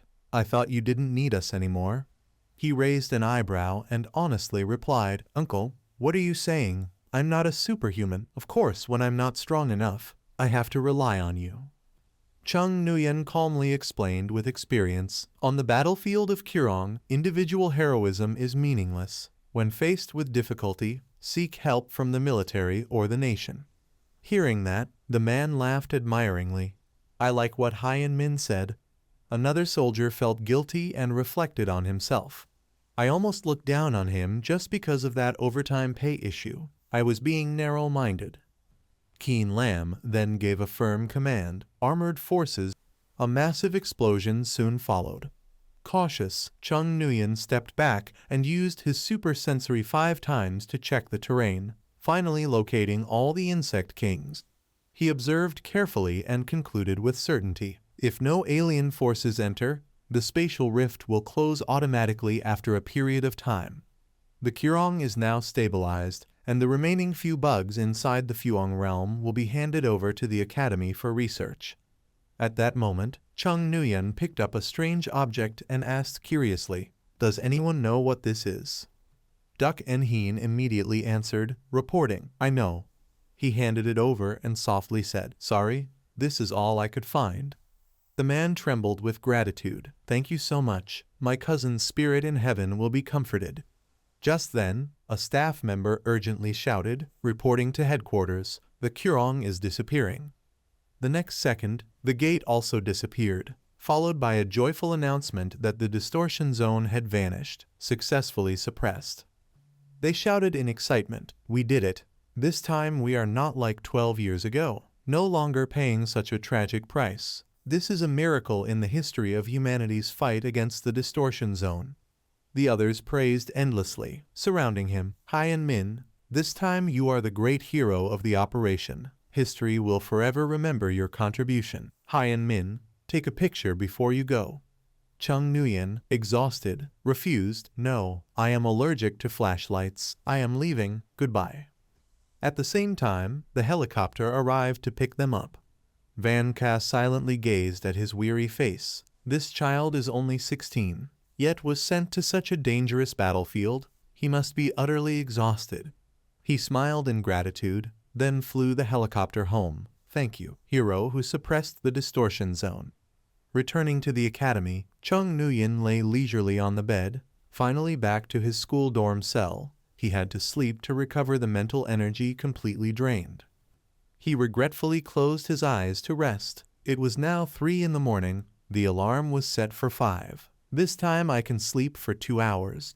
While he was calculating, Chung Lam suddenly urged, Get up. The sunlight is already shining on your back. In the cafeteria, Chung Lam sulkily questioned, Brother, last night you played games again with that strange girl, didn't you? Feng Qin cheerfully teased Nuyen. You've got 2 huge dark circles under your eyes. You'd better explain honestly or Lam will be heartbroken. He was speechless. I don't even have a metabolism. How could I possibly have dark circles? Chung Nguyen suspiciously pointed at his own face and asked, Quan Yi, do I have dark circles? He hesitated to answer, yet thought decisively. It seems like there's a little, even though I don't see anything. But standing on Miss Lamb's side can't be wrong. Chung Nguyen muttered anxiously, is my tiredness that obvious? Why does everyone say the same thing? Then he began to make up a story seriously. All right, actually it's because there were a few cockroaches in my room last night, so I fought them until midnight. Chung Lam was startled and got goosebumps. Cockroaches. Chung Nguyen lazily continued, there were 6 or 7 nests in total, so dense you couldn't even see the floor. In the end I had to use insecticide to wipe them all out. The girl couldn't take it anymore and screamed, stop talking. Quan Yi secretly watched and sighed, this is deadly. Whoever eats this level of spiciness will explode.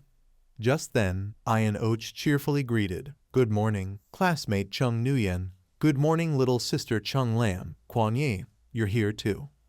Feng Qin frowned and tried to send her away. Ian Och, this table is full, go sit somewhere else. She was angry but didn't show it. I already ate. I just came to say hello to my junior, he thought in annoyance. She greeted everyone except me. That's on purpose, isn't it? Ian Och sweetly whispered, Chung Nguyen, tonight can you, continue what we did last night? The whole table froze for 5 seconds. Chung Nguyen's face darkened. He replied indifferently with frustration, not free, I barely have time to sleep. I still have to do assignments, train the dog, write battle reports, watch Lam's training videos. What the heck would I go anywhere for? She guessed stubbornly while trying to persuade him. Maybe you're busy studying for exams and don't have time. Then how about we do assignments together tonight? Quan Yi aggressively pointed his finger. Tonight Chung Nguyen is already doing assignments with me. No third party like you is allowed to join. Ian Och crossed her arms in disdain. A study slacker who failed all 5 subjects like you. And you dare to do assignments with Chung Nguyen. He wasn't ashamed at all and confidently replied, I have no strengths except for a thick skin. Seeing the tension rising, Chung Lam stood up and pushed her bowl toward him. I'm full, I'm leaving first. Chung Nguyen asked in confusion, you ate so little, let me wrap a soup dumpling for you. You can eat it later when you're hungry. The girl waved her hand in irritation. No appetite, I just want to go to the restroom now.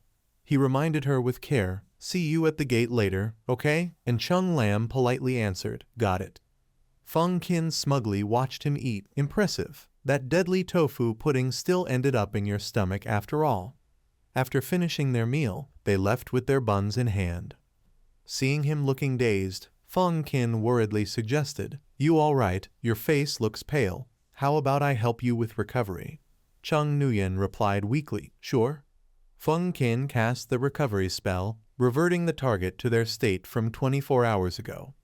Then he was stunned. Wait, did this guy just turn into a phantom? Or am I seeing things? Feng Qin reached out and pinched his cheek. Chung Nguyen asked curiously, what are you doing? Feng Qin replied with curiosity, checking if your condition got better. He nodded in thought. The texture felt real, but a second later, he suddenly realized in shock. I just remembered, around this time last night, you also ate that deadly tofu pudding your sister made. Chung Nguyen calmly rubbed his chin. It seems like I did. Feng Qin sighed helplessly. What a waste of a recovery spell.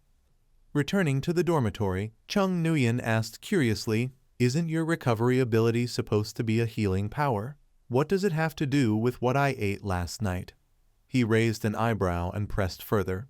There seemed to be so many explanations. Feng Qin shrugged and explained more carefully. Kunung itself doesn't have strict classifications. Things like healing type or attack type are just convenient terms. The actual effect of recovery is simply to restore a person's physical state to what it was 24 hours ago. He continued with a specific example. If someone was injured 24 hours ago but has already recovered now, then if I use recovery on them, it will instead return them to the injured state. Moreover, recovery only affects the physical state, not the mental one. Chung Nguyen rubbed his chin and added, not quite, that the physical foundation of the mind is the brain. so it should also count as part of the body. Feng Qin explained with scientific understanding. The emergence of Kuneng has already overturned most traditional theories of physics. What the essence of life means under the concept of Kuneng is still being researched. Even the latest theories have many flaws. What is certain for now is that people who have died in Kuneng, even if their physical state is restored by recovery, cannot be revived. Hearing that, Chung Nuyen pondered and analyzed. So it seems the essence of recovery might actually be a time-based ability. I was reborn 4 years back, but still in a state of death, unless I was also affected by a similar power, perhaps. Then Chung Nuyen suddenly realized with shock, the power that caused his rebirth wasn't just the golden coffin. Time passed, and a few days later, Van Ka cheerfully carried in some packages. Chung Nuyen, your stuff's here. Chung Nuyen pointed toward the corner. Put it in the storage room on the first floor, thanks. He replied with a grin, okay. Chung Nuyen remarked in surprise, didn't expect even the delivery guy to be a Kuneng user. After carefully inspecting everything, he assessed, not bad. It looks exactly like the golden coffin. Now I won't have to go to the confinement chamber to sleep well anymore. He checked the remaining items. Inside were the receipt, manual, height adjustment pads for the bed legs, a metal polishing tool, and a small set of cute stickers. Feeling satisfied, he decided, nice, I'll stick them all on. Soon, the coffin was beautifully decorated. The scene shifted elsewhere. Quan Fong earnestly explained, Chung Nuyen, the reason I called you to the military zone today is because there are 2 things to discuss. He recounted everything clearly. First, your overtime compensation has arrived. Without you in the Tegu Roman 11 Leam spatial rift battle, Jinling City would have had to evacuate completely. The losses would have been unimaginable. Quan Fong presented an item and announced another piece of good news. Aside from military merit and the cash reward, the higher-ups have awarded you the Flame Emperor Medal. The boy hesitated and asked, can I not take it? My dorm already has 2 of those. They're taking up space. The general's expression hardened. No refusing, or you don't get your overtime pay. This is a top-tier Flame Emperor medal. Even I'd kill to have one, and you're turning it down. Chung Nuyen scratched his head awkwardly. So the medal isn't the overtime bonus then? Quan Fong solemnly set down a box. Your overtime pay is in here. Chung Nuyen blinked in confusion. What's this? The general proudly declared. 12,000 frost crystal Kuneng stones, all allocated to you. Chung Nuyen was stunned. All of this, for me. Quan Fong confirmed with a serious tone. Yes, absorb as many as you can. But remember, this power is a gift from the nation and the people. Never forget your original intention. Use your strength on the right path. Chung Nuyen nodded understandingly. I understand. The system notification appeared. Frost crystal Kuneng stones detected. Absorbed now, without hesitation. Chung Nuyen extended his hand and began the absorption. As soon as he began absorbing the energy, the system interface fully displayed. Supersensory Perception, Azure Rank, Level Max. Your ability, Supersensory Perception, has leveled up. You have acquired a new ability, Air Bullet, Red Rank, Upgradable. Air Bullet, Red Rank, Level Max. Your ability, Air Bullet, has leveled up. You have acquired a new ability, Thermal Explosion Pressure, Calamity Rank, Upgradable. Thermal Explosion Pressure, Calamity Rank, Level 2. At that moment, Chung Nuyen muttered to himself, 1 golden crystal equals 1 level, 10 green ones make a level, 100 red for 1 level, and 1,000 calamity ones per level. It can't go any higher. The leveling progression is starting to freeze. The system added a new ability, Freeze, Green Rank, Level Max. Your ability, Freeze, has leveled up. You have acquired a new ability, Extreme Frost, Red Rank, Upgradable. Extreme Frost, Red Rank, Level 8. Excited, he called out, Commander, please open another crate. Quan Fong, startled, quickly tried to stop him. Chung Nuyen, slow down a bit. Don't go overboard. He replied enthusiastically, don't worry, I won't. Chung Nuyen absorbed the next batch of energy. Extreme Frost, Red Rank, Level Max. Your ability, Extreme Frost, has leveled up. You have acquired a new ability, Eternal Ice Domain, Calamity rank, not upgradable. Rebirth, Gold rank, level max. Your ability, Rebirth, has leveled up. You have acquired a new ability, Ever-Living Flow, Green rank, upgradable. Ever-Living Flow, Green rank, level max. Your ability, Ever-Living Flow, has leveled up. You have acquired a new ability, Immortal Body, Red rank, upgradable. He could feel the surging power coursing through his veins. Thermal Explosion Pressure, Eternal Ice Domain, and Immortal Body had all manifested.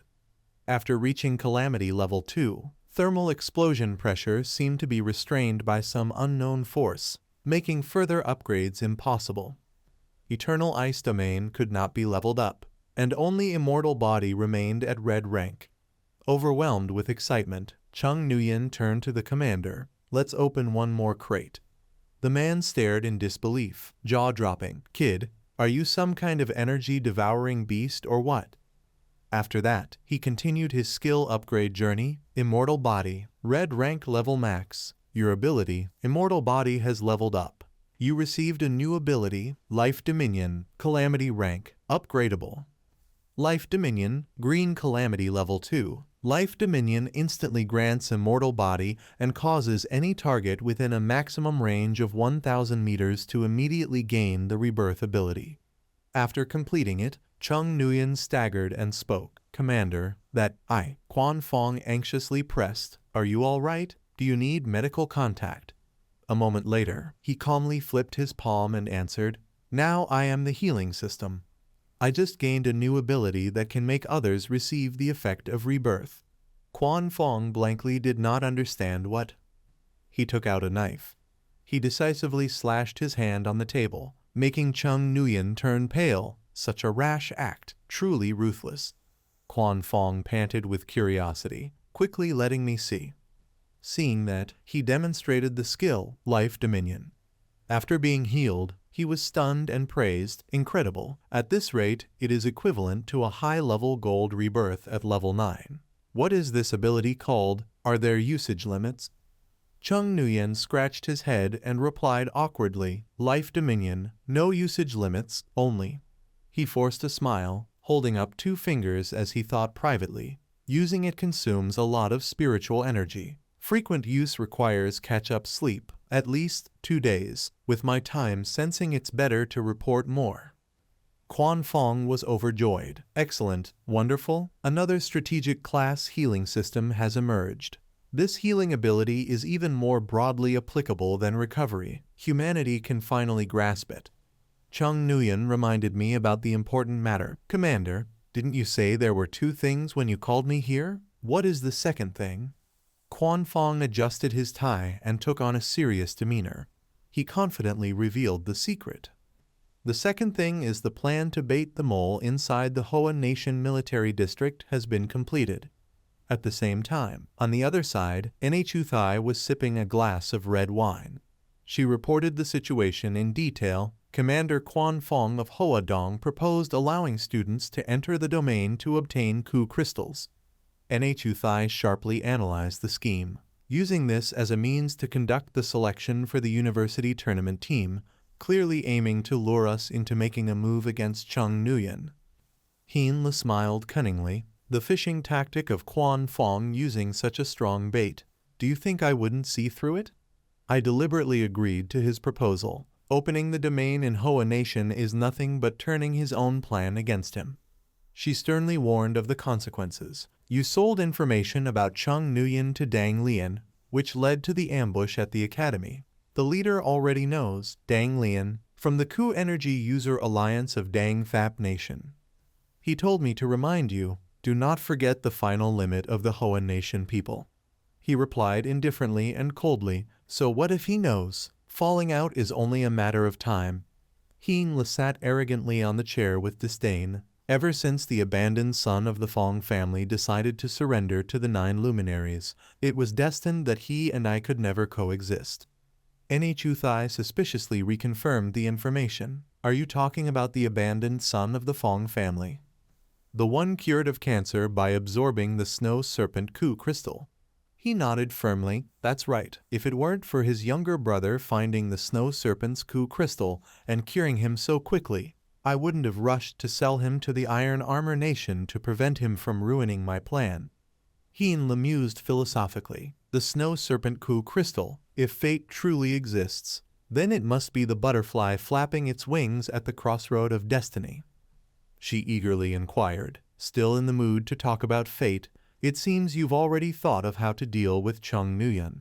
He replied with amused confidence. Of course, after all, he's just a 16-year-old high school student. Hien sneered with contempt. No matter how strong he is, he's nothing compared to the phantom-eyed moth. The next day, Quan Yi excitedly showed off his results. It's over. All subjects scored 85 points. I can participate in this year's university tournament. Feng Qin coldly mocked. What's there to be proud of for someone retaking the university exams like you? Chung Nguyen cut in, looking doubtful. With grades like that, you still have the nerve to brag. Chung Lam stood with hands on hips, challenging him. If you're so good, then don't ask your teammates to help you solve the questions next time. He stomped his foot irritably. Fine, what about you guys then? The three of them confidently displayed their report cards. After seeing them, Quan Yi felt dejected and sat in a corner. I've disturbed the peace, he muttered while curiously asking about the plan. So you've signed up for both the individual and team competitions in this university tournament? Chung Nguyen honestly replied, I haven't even formed a team for the group competition yet. Just then, a girl eagerly volunteered, count me in too. She cut in enthusiastically, add me. Chung Nguyen sternly reminded them of the rules. Only those above 16 can participate in the university tournament. Quan Yi excitedly asked, then I'm qualified, right? He looked at him thoughtfully for a while. After forming a team, they would still have to enter the domain for school selection, and he himself still carried important tasks. Quan Yi was too excitable. Accidents could easily happen.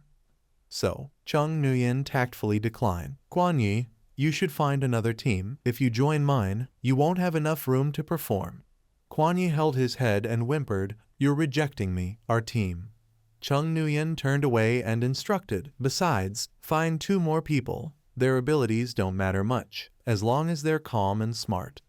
Feng Qin winked and agreed, all right, I'll grab you the 2 best performers. Once they found the new members, a petite girl shyly introduced herself. My name is Zhang Ruyi, 2nd year special class, support type. My abilities are Blessing, Spiritual Cage, and Mist of Confusion. The next person, full of excitement, provided his info. I'm Yihan, 3rd year special class, control type. My abilities are Wind Restraint, Hypnotic Sound Waves, and Positional Exchange. Chung Nguyen stroked his chin and casually commented, so this is the senior who was obsessed with lowlies and greeted freshmen when they first enrolled. Yihan waved his hands in panic, misunderstanding. That's just how I am. I didn't mean anything weird. Seeing this, he suggested, if you don't like him, you can replace him with someone else. Chung Nguyen calmly replied, no need, my sister isn't in the team anyway. Okan forced a smile, looking full of admiration, as expected of a true powerhouse, so magnanimous. Calm down, calm down. Befriending people like them is what truly matters. At that moment, Liu Van explained the rules of the competition. In this school selection round, the 2 teams that collect the most kunite within the domain will represent the school in the upcoming university tournament. Once everyone has formed their teams, come forward to draw lots. Hearing that, Chung Nguyen pondered for a while. He recalled the moment when Quan Fong had instructed him. I originally wanted to send you to the Divine Farmer's domain to recover the mutated kunite of Robus, but that place hasn't been approved for entry, so just pick whichever domain you think suits you best. However, Chung Nguyen only replied briefly, whichever. Quan Fong quickly concluded, then we'll let the draw decide. Returning to the present, Chung Nguyen's eyes gleamed with trust. I heard from Ian Och that your hand is blessed by the gods every time your team draws the best lot. Feng Qin sighed helplessly and smiled faintly. I suppose so. Chung Nguyen urged with anticipation. Come on, I trust your luck. Before taking the task, Feng Qin hesitated and asked, Nuyen, search your conscience. Am I really lucky? Chung Nuyen answered firmly, you are. Feng Qin nodded to himself. All right then, I'll go draw. He walked up to the teacher's desk. Liu Van pointed to the screen, pressed the button to start the draw. Yihan clasped his hands together in mock prayer. Dear heavens, drop a meteor right on Feng, unlucky Qin, please. Then, Feng Qin read out loud, Zhang family domain. The girl gasped and mocked in disbelief. How wonderful. Zhang family domain, the most dangerous terrain, the most complex ecosystem, and the strangest alien species, only someone with divine hands like you could draw. He cursed back angrily. Why couldn't that meteor fall on you instead? Curious, Chung Nuyen asked with hands on his hips. Are there really that many alien species in the Zhang family domain? Yihan answered anxiously. A lot, it's... Before he could finish, Chung Nuyen nodded approvingly. If there are many, then it's a good domain. Feng Qin was so touched he wiped his tears. Nuyen, you truly are my best friend. Chung Nuyen turned to ask for an opinion. Zhang Ruyi, what do you think? She replied with admiration and sincerity. Even if it's mountains of blades or seas of fire, I'll go with you all. Before leaving, Chung Nuyen gently reminded Lam, I won't be at school for the next few days. Make sure to take good care of yourself while training at the military base. The girl replied softly, yes, you should be careful too when entering the domain. Deep down, he planned it carefully. Letting Lam stay in the base meant he wouldn't have to worry about anyone taking advantage of his absence to harm her. In another car, Tham Kai reported while driving, Commander, I've already picked up Chung Lam. We're on our way now. Yes, understood. On the other end, Quan Fong finished the call and set the phone down with a sigh of relief. Good, that's good. Although Dong Luong had another conflict with the siblings, fortunately, Chung Lam didn't show any resistance toward the military base because of it. He thought about her physical condition. After being injured last time, she suffered lasting side effects that made her unable to use her kunang smoothly, and even before that, the girl had developed a strange illness preventing her from absorbing kunite at all.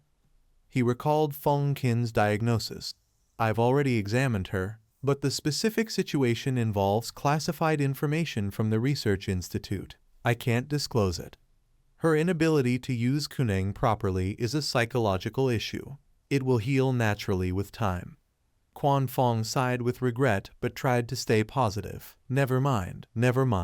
A bright child like her will still be a rare talent even if she doesn't fight. This time, she can learn something outside of kunang.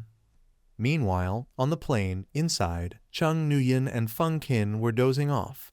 With his eyes closed, Chung Nuyen analyzed in silence. After absorbing the kunite of the frost serpent, I can now use thermal overload and eternal glacier without activating blood freeze, and the abilities beneath them can still be used carefully. He concluded confidently, with my current strength, among humans, there's probably only one expert who could still match me. The mole within Zhonghua shouldn't be someone of that level, right? Once I use the satellite phone to maintain real-time contact with the operatives, this mission will be solid. At that moment, Feng Qin suddenly asked curiously, for this domain expedition, are there hidden allies accompanying us? Chung Nuyen blinked in surprise before replying, you figured that out too, huh? He complained unhappily, I'm sitting next to you, but you sat in the double row without me. Chung Nuyen replied indifferently, share one earphone with you. Listen to the command yourself. Feng Qin teasingly joked, Nuyen, it's already 2042. Why are you still using this method to share communications? Chung Nuyen replied casually, so what? He excitedly rattled off options, share via Bluetooth audio, the internal comms system in the satellite phone, or just pull me into the command channel. Then Feng Qin tapped his ear and offered a practical solution. The earrings I usually wear are actually mini communication devices, concealed and not prone to falling out. I'll ask the shop to make a set for you later. Chung Nuyen sneered. That's unnecessary, he helplessly protested. Hey. As soon as they arrived, Keen Kwok warmly greeted them. Hello students of Chang'an Academy. We are the Thien Can team stationed in Zhong family domain. My name is Keen Kwok. He shook hands amicably and suggested, it's already late today. How about we rest one night at the base camp and enter the domain tomorrow? Feng Qin firmly refused, no need. The earlier we go in the better. He politely inquired, the chief probably already knows the notice. How many academy teams are entering Zhang family domain this time? Keen Kwok hesitated. I can't say. Feng Qin tried to persuade. It's not a secret. Give a little hint. He forced a smile and revealed part. Anyway, you are the first team to arrive. He turned to remind his teammates. Put on your watches before entering the domain. Zhang Nhui nodded in agreement. Okay. Keen Kwok frowned and stared. Then the whole group proceeded inward. Meanwhile, Keen Lam privately warned, the Thin team doesn't normally garrison Zhang family domain.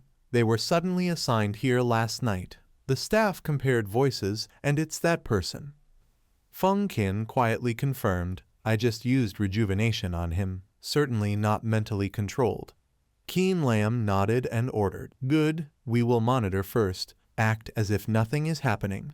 He turned to urge everyone, let's go. It's time to discuss hunting heterodox creatures for custars. Feng Qin introduced the species. In the Zhang family domain, there are 3 types of heterogeneous creatures being bred: moonlight fox, mist rabbit, and 2-headed eagle. This is their distribution map. He explained each creature's abilities in detail. The ability of the moonlight fox is wind seal, dark night guardian, very few in number and living in dark caves. The ability of the mist rabbit is speed boost, mist emission, group effect, extremely strong reproductive ability, very large in number. Their nests can be found by tracking their droppings.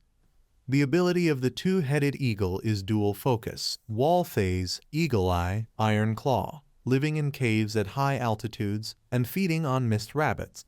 Feng Qin proposed the most effective strategy. The selection of the team leader depends only on the number of custars submitted. Killing mist rabbits is the simplest and most effective. Khan agreed with the opinion, then let's go kill mist rabbits. Chung Nguyen raised his hand to speak. 2-headed eagles. He disagreed, giving his reason. The custar value of mist rabbits is not high. Killing them also means smelling droppings. There are female students in the team, so we should be considerate. He teased and saw through his thoughts. A 24K pure Siskin like you would also be considerate of ordinary girls. Clearly it is your cleanliness issue. Feng Qin then turned to ask, Zhang Rui, do you feel you need to be taken care of? She shyly replied, I will listen to Chung Nguyen. He gave a thumbs up and immediately decided. Then that's settled. Chung Nguyen continued with a bold plan. Actually, the chance of getting custars from killing 2-headed eagles is not lower than from mist rabbits. The heterogeneous creatures do not eat custars, and since the 2-headed eagles eat mist rabbits, in their nests there is very likely a large amount of mist rabbit custars. He eagerly agreed at once. All right, with our strength we can totally do it. Obtaining custars through ordinary ideas is not efficient enough. Khan cried out in fear and begged, please don't. Can we also be considerate of male students? I'm afraid of heights. Feng Qin sternly replied, as a man you must overcome your fears. He conjured climbing equipment, the white dragon sky ladder, and started climbing. The boy asked curiously, there's no electricity in the domain so we can't use the elevator. He bluntly answered, just climb along the supports. Khan nervously muttered, what if the 2-headed eagles attack? Chung Nguyen confidently thought to himself, I have my own way to handle them. To me the 2-headed eagles are even easier to deal with than this terrain. At that moment, he turned and asked, Zhang Rui, can you climb up? She was touched and immediately responded, no problem, he has cared about me twice already. He's really warm. Feng Qin teased with a raised brow, see, even the girl is better than you. The boy weakly replied, fear of heights is innate, I can't help it. Chung Nguyen then offered to help. If you really can't, I'll carry you up. Khan hurriedly waved his hands in refusal. No, I can climb by myself, really, he thought shyly. If I dare let the school beauty carry me, I'll become the enemy of the whole school. After they finished discussing, he quickly jumped high. All right, I'll go up first to fasten the safety ropes for you guys. Ukhan reminded him, be careful. The higher Chung Nuyen climbed, the stronger the wind became. He looked up and assessed quietly. The two-headed eagles are so big, maybe it's possible. At that moment, Chung Nuyen suddenly leaped sideways. Everyone panicked and shouted, Chung Nuyen, what are you doing? Why did you jump? Chung Nuyen landed lightly on the eagle's back. He cheerfully announced, I'm on the eagle, it feels great. After everyone got on the back of the eagle, Ukhan screamed in fear, too high, too high, too high, help, I feel like I'm about to fall. He sternly warned, making him fall silent, if you don't sit still you really might fall. But if you pull my pants down I guarantee you will definitely fall. At that moment, Zhang Rui curiously asked, Senior Feng King, why didn't the two-headed eagle attack Chung Nuyen, but instead listen to him? He calmly replied, because he's handsome. Feng King explained in detail, Chung Nuyen received a total of 1.8 million votes in the enrollment ambassador election. His strength is as clear as daylight. Zhang Rui quickly interrupted, saying that it was the school beauty contest. He corrected her, the enrollment ambassador election. She smiled awkwardly. All right, the enrollment ambassador election. Zhang Rui wondered blankly, but aesthetics differ from person to person, not to mention between humans and alien species. Feng King paused to reason. Actually, Chung Nuyen's handsomeness is a kind of kunang in the sense of being handsome. The alien creatures can sense this beauty, so they instinctively like him. She was stunned, so that's how it is. He muttered helplessly to himself. She even believed that nonsense. Never mind, that's good too. At least he doesn't have to be like me. Feng King recalled the past. When people saw him, they screamed in fear. Monster. He's a monster. The alien species didn't attack him. Instead, they protected him. Kai too sternly shielded him. Watch your words. The alien species didn't attack that boy because they were affected by psychic power. If anyone dares to spread such rumors again, they'll be punished under military law. They panicked and apologized. Sorry, we won't do it again. Feng King curiously asked Uncle Kai, don't you get tired of making excuses? He gently replied, sometimes, whitewashing in the right way is necessary. He disagreed. I don't think so. Feng King quietly expressed his sorrow. I heal wounds for humans, but they fear me, call me a monster. Yet the alien species, the higher their intelligence, the more they protect me, the kinder they are to me. He continued indifferently, emotionless, maybe I should just jump into the Q-hole and surrender to the alien species. Returning to the present, they stopped at the nest of the two-headed eagles. Zhang Rui was shocked to confirm the location. This is the habitat of the two-headed eagles. Feng King joyfully exclaimed, Custars, there really are so many custars from the enchant rabbits here. Chung Nuyen gently smiled and comforted them. All right. He continued affectionately. All right, patting both of their heads. Ukhan was both surprised and observant. Amazing. They really only eat enchant rabbits and don't consume their custars. She stood beside him estimating the amount. There must be over 1,000 custars in this nest. He excitedly responded, no need to worry about the school team selection anymore. After we finish collecting them, we'll head back to campus. Chung Nuyen immediately stopped him. Our main mission hasn't even started yet, and you already want to leave. 1,000 isn't enough. We should at least get 10,000 before going. Ukhan was stunned and shouted, 10,000 custars. He calmly reassured, all right, it's already 11 at night.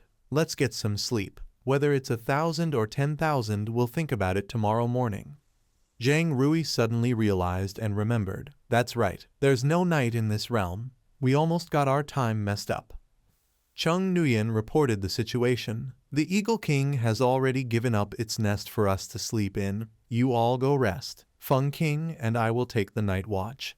Before going to sleep, Ukhan turned pale and suggested, Chung Nuyen, can you make them? He helplessly held his head. Fine. Chung Nuyen ordered them, go play somewhere else. Don't keep staring at us. Then the eagles flew away. Feng King curiously asked with a hidden meaning, the custars of the two-headed eagles are also your target, aren't they? He hesitated and asked further, they treat you so well, Will you still have the heart to strike them later? In the quiet space, Feng King asked doubtfully, Nuyen, you're not secretly planning to go to the alien camp, are you? Chung Nuyen seriously affirmed, how could I?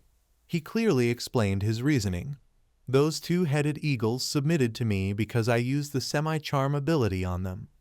Under the influence of Kustar energy, they regard me as the cute king. That's why they treat me well. They are enchanted by the Kustar energy, deeply immersed and unable to break free. But I will not let that make me conceited and lose myself. Chung Nuyen turned around in confusion. Then why are you the one worried that I might surrender to the aliens? He calmly pushed up his glasses and replied, because I once faced the same question. Chung Nuyen curiously asked, then what was your answer? Feng King recalled his memory. Kai Tu sneered teasingly, this brat, already spreading his wings, learning to use surrendering to scare others. He raised his voice and asked back, aren't you afraid I might actually do it?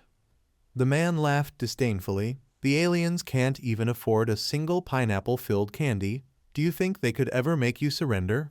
Feng King cunningly assumed another scenario. Then what if the aliens not only could afford it, but could offer 10,000 candies? Kai Tu calmly and sincerely advised, wouldn't you get tired of eating only candy? In the human world, there are many things far more interesting than sweets. He patted his head and gently instructed, what those things are, you'll have to find the answer yourself. Returning to the present, Feng King lifted his head and casually replied, still haven't figured out the answer. Anyway, let's skip the spicy chicken first. Chung Nuyen didn't ask further and changed the subject. Next time I'll treat you to strawberry cake. Thien Sok sent so many that I can't finish them. At the same time, inside the cave, Zhang Rui felt irritated by Yahan's dragging of wooden planks. Furious, she angrily crawled out of her cocoon. Zhang Rui grabbed his filthy sock without hesitation and stuffed it straight into Yahan's mouth. When the two of them came back, they saw the scene. Feng King nervously reminded, Nuyen, if I start snoring later, He calmly replied, I'm not sleeping tonight, don't worry, I won't make a deadly move against you. Feng King laughed cheerfully, best friends indeed. Right at that moment, Chung Nuyen suddenly received a notification, a message from the staff headquarters. They reported the situation. Hien Min, the latest news just arrived. A team from the academy has reached outside the Zhang family realm. Upon hearing that, he immediately asked, can you locate their watches? Keen Lam calmly confirmed, yes, I'll share their coordinates and data with you. Suddenly an idea came to Chung Nuyen. Come to think of it, the watches we're wearing now have been specially modified. They can only be tracked, not used for communication, right? Feng King tensed up cautiously. What are you planning? Chung Nuyen slowly denied, nothing, just confirming whether the other side can track our signal or not. After all, entering the realm at midnight is quite suspicious, isn't it? He directly requested, let me borrow your watch for a moment. Feng King suspiciously teased, wasn't playing around at Mount Zaman enough? You still want to open a second act at the Zhang family realm? Chung Nuyen replied innocently, not at all. I behaved really well at Mount Zaman that time. Seeing that, Feng King asked bluntly, where are you planning to throw the watch? He smirked and answered, just letting it take a little flight, nothing more. At this moment, the two-headed eagle clutched the bewitching rabbit and presented it to him. They dropped the little creatures before him. Chung Nuyen and Feng Kin froze in place. He asked in surprise, is this for me? Seeing their enthusiasm, Chung Nuyen smiled awkwardly. Oh my, he exclaimed as he grabbed the item. There was even a moonlight fox among them. Feng Kin tossed a gem toward him. Here, this one's for you. The system displayed a notification. Moonlight Fox Essence Stone detected. Absorb or not. Moonlight Fox Essence Stone possesses the following abilities. Seal, gold level, upgradable. Seal, seals a designated target's ability for 5 minutes. If the target's ability level exceeds the seal's level, it has no effect. Dark Knight Guardian, red level, cannot be upgraded. Dark Knight Guardian, in darkness, all abilities are increased by 200%. Chung Nuyen quietly analyzed the powers. The gold-level seal was useless to him, and the number of moonlight foxes was too few to upgrade further. He made a clear judgment. As for Dark Night Guardian, since the realm had no night, its effect was limited, still not worth absorbing. After careful thought, Chung Nuyen passed it back to him. Fighting against the alien clan is not something I do alone. This essence stone would be more useful in someone else's hands. You're the team leader, arrange it yourself. He then approached the eagles and suggested, "Let's go, take us for a flight outside." They arrived at a place, the graveyard of the two-headed eagles. The creatures brought the two of them to their territory. The eagles quickly landed on the ground.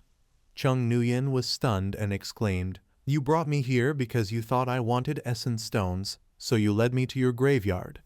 Without saying a word, the eagle began to dig diligently. He reached out and touched a gem. The system urgently displayed, "Two-headed eagle essence stone detected. Absorb or not." The two-headed eagle essence stone possesses the following abilities: dual focus, unique level, cannot be upgraded, wall phase, gold level, upgradable, eagle form, green level, cannot be upgraded, iron feather and steel claw, gold level, upgradable. Chung Nuyen decided to proceed. Soon after, the system echoed again, iron feather and steel claw, gold level max, iron feather and steel claw, green level max. Your ability Iron Feather and Steel Claw has been upgraded. You have acquired a new ability, Penetration, red level, cannot be upgraded, Penetration, red level max. He was momentarily stunned and analyzed his new ability. Penetration is the most practical among offensive powers, low energy consumption, high efficiency, ideal for fighting masters. From now on, even a light strike can unleash immense power. The system upgraded another skill, Wall Phase, Gold Level Max, Wall Phase, Green Level Max. Your ability Wall Phase has been upgraded. You have obtained a new ability, Rift Space, Red Level Max. Your ability Rift Space has been enhanced. Chung Nuyen reflected on his power. Both Wall Phase and Regeneration cannot be upgraded. Iron Feather and Steel Claw are already maxed out. Now the upgrades begin. At that moment, the system continued its detailed report. You have obtained a new ability, Sky Dominion Pseudo-Lord, Calamity Level, cannot be upgraded. Sky Dominion Pseudo-Lord, you are the ruler of the heavens. Before you, all creatures are forbidden to fly. He was astonished by the thought. Flight ban, what a domineering power. Chung Nuyen summarized the results. The two abilities that could be upgraded are now maxed out. The remaining two cannot be upgraded. He continued to analyze. Eagle form, vision increased by 3000%, dual focus, mental energy divided into two, all abilities reduced by 50%. Chung Nuyen recalled his past. Ever since he was drawn into the golden coffin at the museum, his true self had merged with the inner world of darkness and had never truly left. He pondered his existence. The self moving outside is merely a projection formed by the power of the inner dark world, not a normal human body. If he activates dual focus, could he use the dark world's power to project two versions of himself? He tucked away the gem and muttered, "Once I return to the academy, I must test it. My powers are now fully maxed out. As for the remaining essence stones, I'll just pack them up." Chung Nuyen spread his wings and leapt up. All right, ascended, Sky Dominion Pseudo-Lord. Just then, he suddenly remembered. His pet beast was trembling. After Wall Phase evolved into the Sky Dominion ruler, lower-level abilities could no longer be used. Forget it. Better ride the two-headed eagle back instead. As he left, he sought a location. Among the many two-headed eagle dwellings in the realm, this one was the closest to the entrance. He stood in silence for a long time. Then decisively, Chung Nuyen took action. Good, I'll throw the watch here. When Chung Nuyen had just landed, Feng Qin teased, "You look like you've just done a few hundred bad things." Chung Nuyen proudly replied, "A few thousand actually, be bolder." He sighed softly, "As long as you have your own plan in mind, that's fine." Feng Qin then reported seriously, "Let me check the command channel." The group from the academy went straight to the signal location after entering the realm. Chung Nuyen analyzed calmly, "That means they really came for us, and even have positioning. Feng Qin smirked. Not entirely correct. He explained in detail. When you were flying in the sky earlier, your flight path was clearly unusual. Yet those people still headed straight for the signal point, which means they didn't receive any intelligence. They're just a bunch of decoys sent to die. That old fox ranked this name, Hien Min, as second on the youth chart, implying to everyone that you are the key figure under the East Military District's focus. The enemy, hidden in the dark, already has some understanding of your strength, yet still chooses to strike directly against you, which means that person is likely impulsive and absolutely confident in being able to kill you. He stood up and logically concluded, typically, after these decoys meet their end, the next step is to deploy a rescue team, and if the enemy has any normal intellect, they'll probably reserve the real spectacle for those rescuers. Chung Nguyen questioned skeptically, what if their intellect isn't normal? Feng Qin replied sharply, truly smart people would definitely choose to befriend you. Chung Nguyen flicked his forehead mockingly, lack of sleep will make you stupid. You'd better go to bed now. Feng Qin crossed his arms playfully, and if I don't, you'll make me physically stupid, won't you? Chung Nguyen replied bluntly, that's right. Time passed, and half an hour later, Zhang Rui stretched and drowsily woke up. Chung Nguyen kindly offered his help. You're awake, wash your face. There are many water sources nearby. Once you're done, I'll fetch more. She sincerely thanked him. Thank you. Seeing Zhang Rui's strange appearance, Chung Nguyen felt puzzled. She was clearly very beautiful, so why hide her face with her hair and even wear glasses that sealed her beauty? She stayed silent without a word. Seeing that, he dropped the topic. It's fine if you don't want to talk, just pretend I never asked. Zhang Rui sat down and began to recall her painful memory. When I was a child, I was almost kidnapped. I only managed to escape and report it to the police. That's how I survived. That person said I was too cute, and that's what made him lose control of his thoughts. Chung Nguyen comforted her with a calm, gentle voice. That happened many years ago. It's something you should let go of. He continued, reasoning persuasively, making Zhang Rui frown slightly. Besides, if you weren't cute, you might not have survived to escape. Protecting things that are adorable is a natural instinct evolved by living creatures over millions of years. It's even scientifically proven. Chung Nguyen nodded encouragingly. In certain situations, beauty itself can become your weapon and your strength. He advised her sincerely. Moreover, compared to being beautiful or ugly, the most important thing is to be yourself. Touched, she thought to herself, that really makes sense. No wonder he's the legendary figure who won 1.8 million votes to become the campus ambassador. Zhang Rui blushed. He even said I'm cute. Just then, Chung Nguyen casually interrupted. If you're free, help me start the fire. She smiled and agreed. Okay. Meanwhile, Okan was lost in a dream. What's that smell? It's so fragrant. Yet so stinky, heaven and hell rubbing against each other with me in the middle. Zhang Rui was just about to grab a sock when suddenly he woke up angrily. Who did that? Was it you, Feng Qin? She waved her hand apologetically. Sorry, Senior Ta, it was me. You were snoring too loud. I really couldn't sleep. I had no choice but to cover your mouth. Okan was dumbfounded, drooling slightly. The culprit was her, but without glasses. She is so cute. Well, it was my own sock anyway. Having it in my mouth won't kill me. So last night, she personally took of my sock from me. He put on a generous expression. It is fine. It is my fault. Feng Qin was speechless and silently cursed, blinded by lust again. He looked at the strange dish and asked suspiciously, is this meat from another race? Is it really edible? Feng Qin chewed confidently and replied, with my rejuvenation healing system around, what kind of poison could you still fear? The stronger the poison, the tastier it gets, you know? Okan mocked, sure, yet you still brought salt and pepper.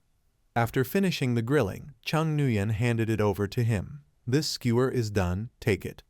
Feng Qin softly urged you to eat some too. At that moment, Chung Nguyen froze for a second, almost forgetting that someone was watching. Not eating or drinking would make people suspicious. Zhang Ruyi was thrilled watching the two of them. So sweet, too sweet. They looked just like a couple.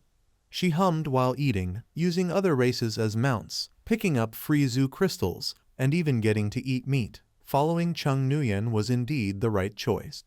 She informed everyone, I guarantee we'll find zoo crystals nearby. Remember to collect them later. After eating their fill, they stopped at Gem Mountain.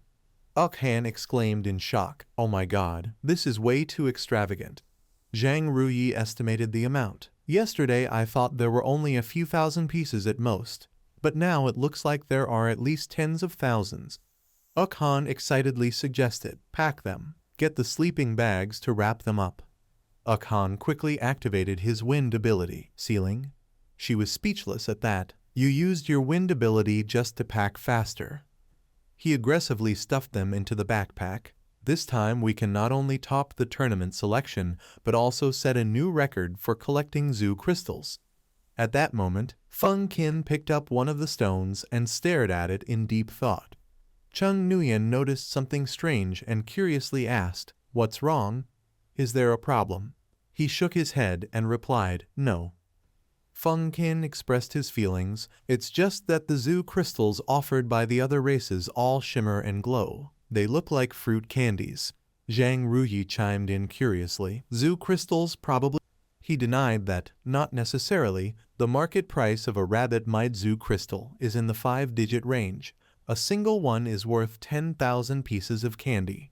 She then raised her hand to calculate. One piece of candy adds half a pound. 10,000 pieces add 500 pounds. He smiled thoughtfully. Compared to acting alone, working in a group is still more fun. Han complained, wiping his sweat. I can't pack anymore, and there's still more left. I'm not satisfied. Zhang Ruyi comforted him beside. That's fine. At least we packed all the high-quality ones. He excitedly announced. Yesterday Nguyen found a Moonlight Fox Zoo crystal. Anyone wants it? Han quickly refused. Absorbing a Moonlight Fox Zoo crystal requires breaking the seal barrier. With my body type, there's no way I can handle it. Feng Qin turned to another person. What about you? I think your physique has some hope. Zhang Ruyi turned around and asked for an opinion. Chung Nguyen, what do you think? He gently encouraged, try it. If you succeed, change your hairstyle to celebrate. She blushed and took it. Then let me try. But if I fail, don't blame me. Right after that, a golden light surrounded Zhang Ruyi. When it faded, she slowly opened her eyes. He gasped in surprise. Success! Han exclaimed in disbelief. I saw light flying into her. Zhang Ruyi reported, Red Level 1. A moment later, she looked disappointed. But it's Shadow Night Silk. This power only works at night. Might as well not have it. Feng Qin sighed regretfully. Such a pity. The success rate of breaking a seal is 1 in 10 million. Even in Hua Nation, very few people have it. Han shrugged and encouraged, don't be too upset. At least now you're a big shot with 4 abilities. At that moment, Chung Nguyen suddenly realized something. I just thought, maybe the condition to activate Shadow Night Silk isn't limited to nighttime. Zhang Ruyi, can your poison mist of delight block out light? She suddenly asked in surprise. You mean, I can use Shadow Night Silk inside the poison mist of delight? Han skeptically analyzed the situation. The light is scattered in the fog, but the actual brightness does not decrease enough to be considered nighttime. Right. Feng Qin pondered and explained, it is hard to say, but the nature of the poison mist is different from ordinary fog. It depends on whether it functions as sunlight obstruction in terms of zoo energy. Zhang Ruyi excitedly wanted to test it. Practice is the only standard to verify the truth. Try and see. The 3 men rode the giant eagle together, while she stood alone to face it. Zhang Ruyi proudly observed, my poison mist of delight is green level 4, normal range 5 zoom meters. Later we will see whether Shadow Night Silk works within the mist range. She immediately blew the fog apart into 2 directions. Then Zhang Ruyi activated the skill, Shadow Night Silk. In darkness, all abilities increase by 200%. Seeing her power surge, Feng Qin joyfully shouted. The fog range doubled. She succeeded. He patted Chung Nguyen on the head, praising Nguyen, still smart as always. Chung Nuyen frowned and reminded, Feng Qin, stop messing up my hair, and you, stop pulling my pants. Khan screamed in fear, I am afraid of heights. I cannot control myself. Chung Nuyen helplessly stepped aside. I will go down and check. Khan cried out, why did you jump down directly? Feng Qin, all because of you. Let go first if you are brave. Chung Nuyen gently landed on the ground. As soon as the system gave a signal, Chung Nuyen immediately accepted. Detected poison mist, absorbed, activated agent initiated, and all abilities increased by 122%. He smirked with satisfaction. Not bad. This increase is higher than the other toxins. Just then, Zhang Ruyi collapsed and asked with concern, Chung Nuyen, why did you absorb it? You will be poisoned. He gently inquired, are you okay? Do you need treatment? After all, it only consumes life dominion. She shyly and modestly replied, I am fine. No treatment. I will just apply a bandage. It is only a skin scratch. No need to make a fuss and ask Feng Qin to use recovery. Zhang Ruyi dazedly murmured to herself, Chung Nuyen is too warm. It seems I already like him. What to do? Online and waiting. Urgent. He spoke up with a suggestion. Right, to make it easier to talk about later, it is best to give it a combined name. She conceded to the proposal. This skill was my idea, so I will name it. Chung Nuyen thought for a few seconds, then decided, call it Toxic Reflection Swarm. How does that sound? Zhang Ruyi liked it and praised. Good name. After finishing up, everyone quickly packed up and left. Khan looked at his watch and then pleaded, although time is not up yet, we cannot collect many more custars. Why not just go back now? She pretended not to mind. Whatever you decide is fine. At that moment, Feng Qin interjected. Wait a moment. Keen Lam transmitted from the other end. The latest news, that 4 students from the academy are fakes, using forged documents to deceive the Thienkin team. Their location when they lost contact matches the location of your watch. What is happening over there? He calmly reported, I threw my watch into the 2-headed eagle nest. Keen Lam excitedly praised, well done. Our side has seized clues related to the forged documents and is investigating. Chung Nuyen understood and asked, is it time to pick up their bodies then? Keen Lam confirmed the mission. Yes, the 4 who posed as a rescue team reached the domain gate. Your mission is to try to capture them alive. But if you cannot, ensure their brains remain intact. He nodded and pondered inwardly, understood, and must think about how not to kill them.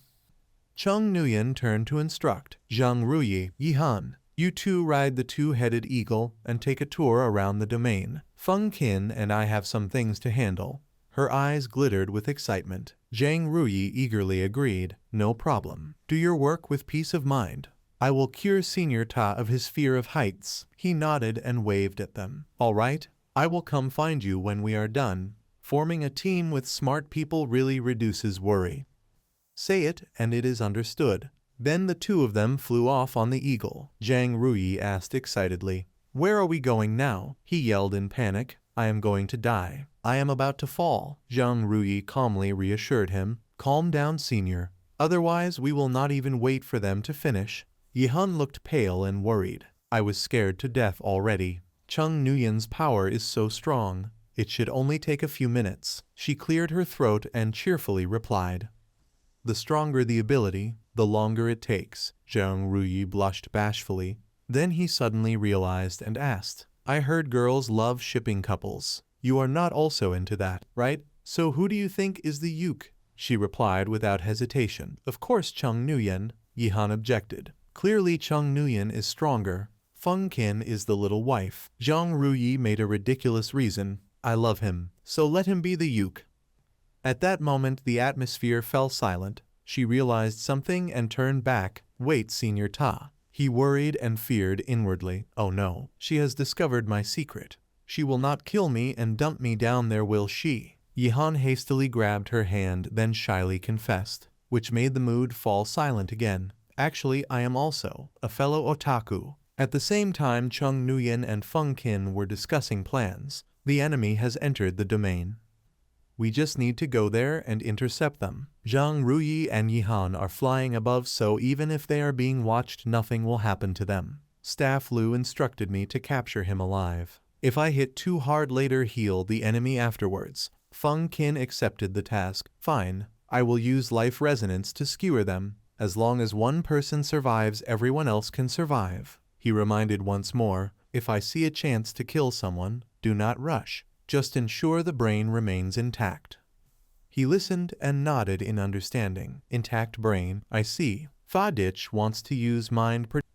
Chung Nguyen asked curiously. Fa Dich, mind projection. Feng Qin explained in detail. Fa Dich is the director of the Custar Bureau. His mind projection ability can read others' memories even if the person is dead. As long as the brain is intact and the death occurred within 24 hours, the memories can still be read.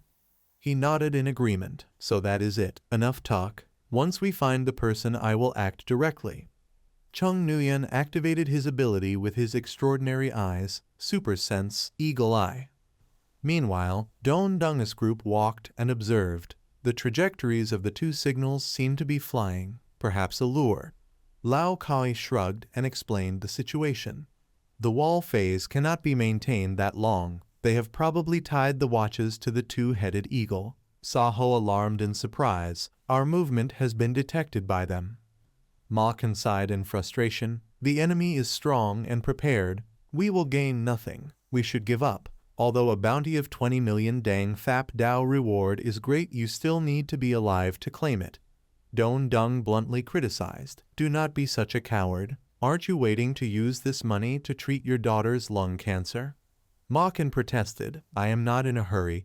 You are the one rushing to pay your son's tuition at Fong Deep.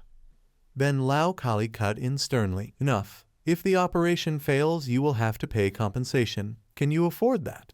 He tiredly proposed. In short, we must devise a countermeasure first. If the enemy can relocate us, then we should sabotage our own watches.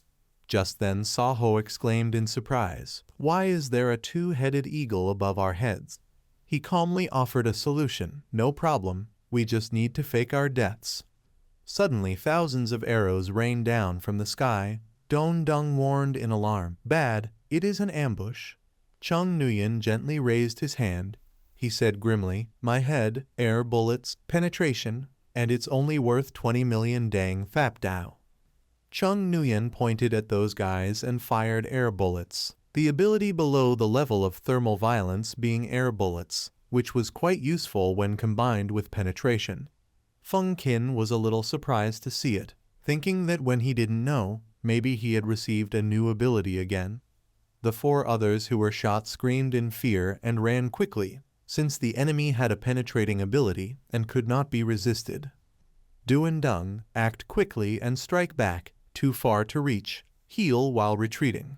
Ma Kan unleashed a healing wind, constantly grumbling, yet he still called himself the Wild Wolf King of the Northwest Military Region. He was reproached but could only be speechless. Is now really the time to say such nonsense? Hearing this, he frowned in disbelief. Duan Dung is a person from the Northwest Military Region. Feng Qin guessed he had probably retired. The military would not let an injured psychic continue fighting. Upon hearing this, Chung Nguyen did not hesitate to condemn him. The veteran voluntarily exposing himself, an added crime. He suddenly remembered, good or bad, he had once contributed to the country, striking lightly. Chung Nguyen turned to Feng Qin with a suspicious look. Yet you still speak for the enemy. What is he to you? Feng Qin answered seriously. He is nothing to me. Just that he fell into this desperate situation mostly because of me. The scene shifted to his memories at the Science Institute. A voice said, Feng Qin, someone has a broken arm and wants you to use the daily report to help. At that time he refused without hesitation, not saving him. The other could only try to persuade. He is a soldier of the Northwest Military Region, injured while suppressing a psychic disturbance, a very precious ability. Losing the arm could only retire, yet Feng Qin remained firm and said he would not save. All day they kept telling him to report. Report. They did not even allow him human rights. On what basis did they expect him to bear the duty of humanity? Truck Trin stood outside trying to advise. When Kai Tu took you to the psychic battlefield, what exactly happened? During that time you did not cooperate with experiments, nor save anyone, only sabotage the Science Institute. If you continue like this, the superiors will really take extreme measures against you. After hearing this, he decisively ignored it.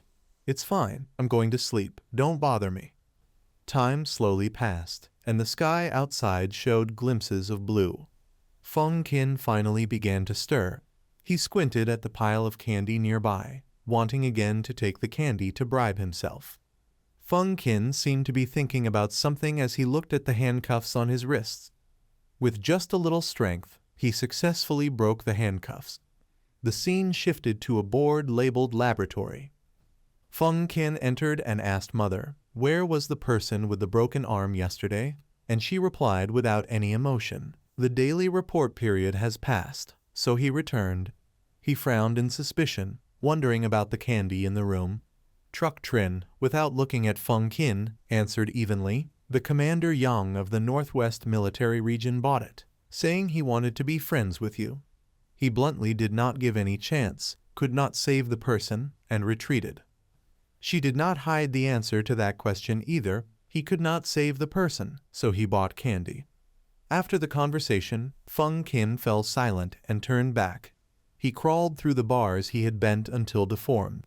Feng Qin held both ends of the candy bag and tore it open with his bare hands. He shoved them into his mouth, eating greedily.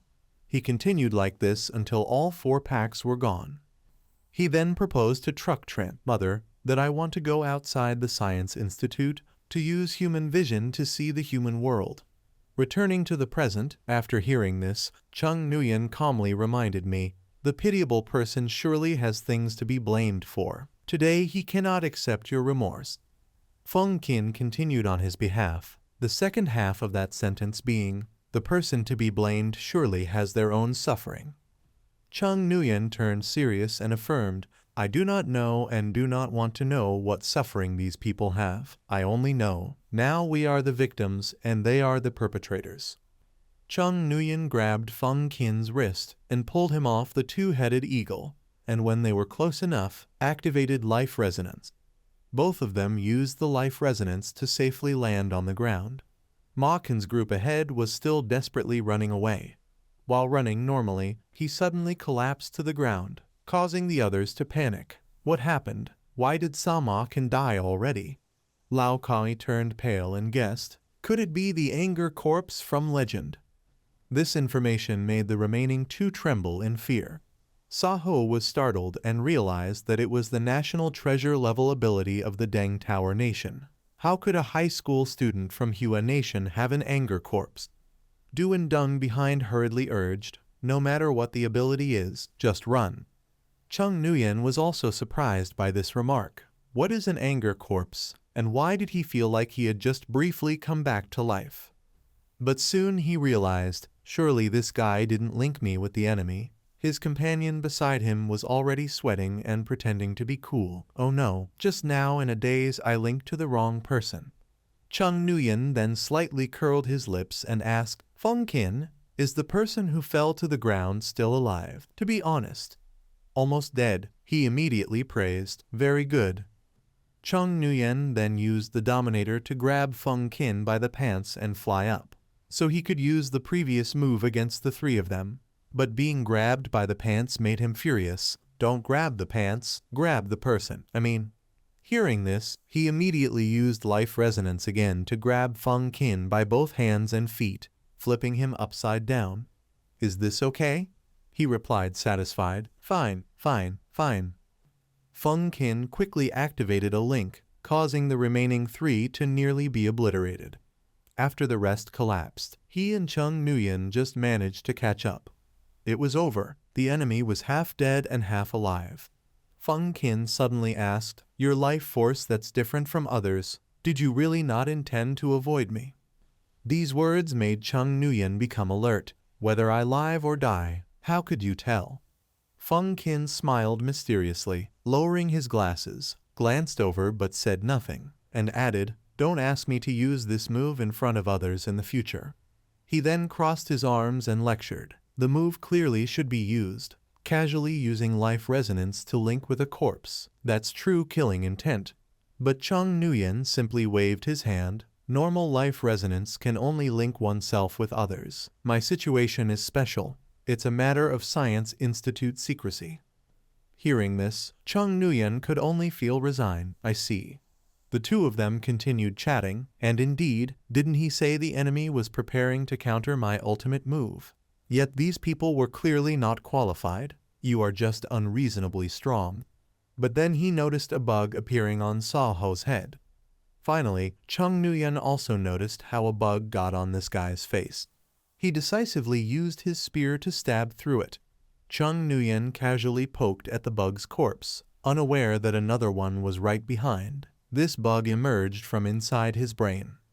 Normal bugs cannot pass through a human skull. It was a heterospecies. That bug silently approached him from behind. Chung Nguyen suddenly realized, not good, these people were all disguises, the real ultimate move. They were these heterospecies bugs, but before he could finish thinking, the bug had already infiltrated his head.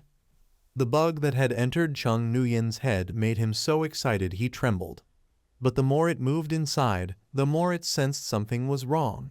Suddenly, an image of Feng Qin appeared right in front of the bug, just waiting for you.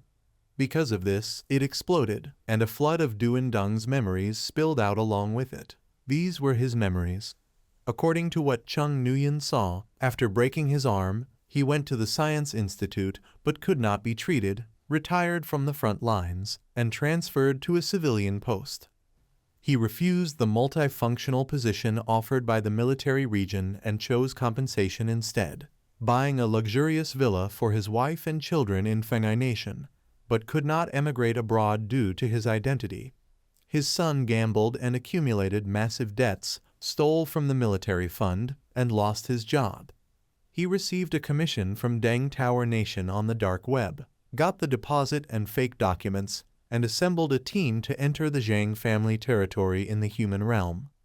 When the streams of memories ended, Chung Nguyen was stunned. These heterospecies bugs parasitizing human brains could also access memories. Their intelligence was extremely high, and they even knew how to kill witnesses. Chung Nguyen pondered as he approached the corpse of another person. Furthermore, other people's brains could also harbor bugs, so he had to find them quickly. Otherwise, whether they multiplied here or reported to the enemy, it would cause serious problems. Behind Feng Qin's neck, a bug silently attacked while they weren't paying attention. He noticed it with sharp eyes and called out, "Feng," but before he could finish, it seemed unable to penetrate. In Chung Nguyen's astonished eyes, he smashed the bug to death with his bare hands. Feng Qin looked at it in his hand with a puzzled expression. "What is this? It bites so painfully." He decisively moved closer, parted Chung Nguyen's hair, and saw that the skin at the back of his head was torn and bleeding, leaving a bald patch. This information shocked Feng Qin. "Bald, must report it." Chung Nguyen sighed. "My head really is tough."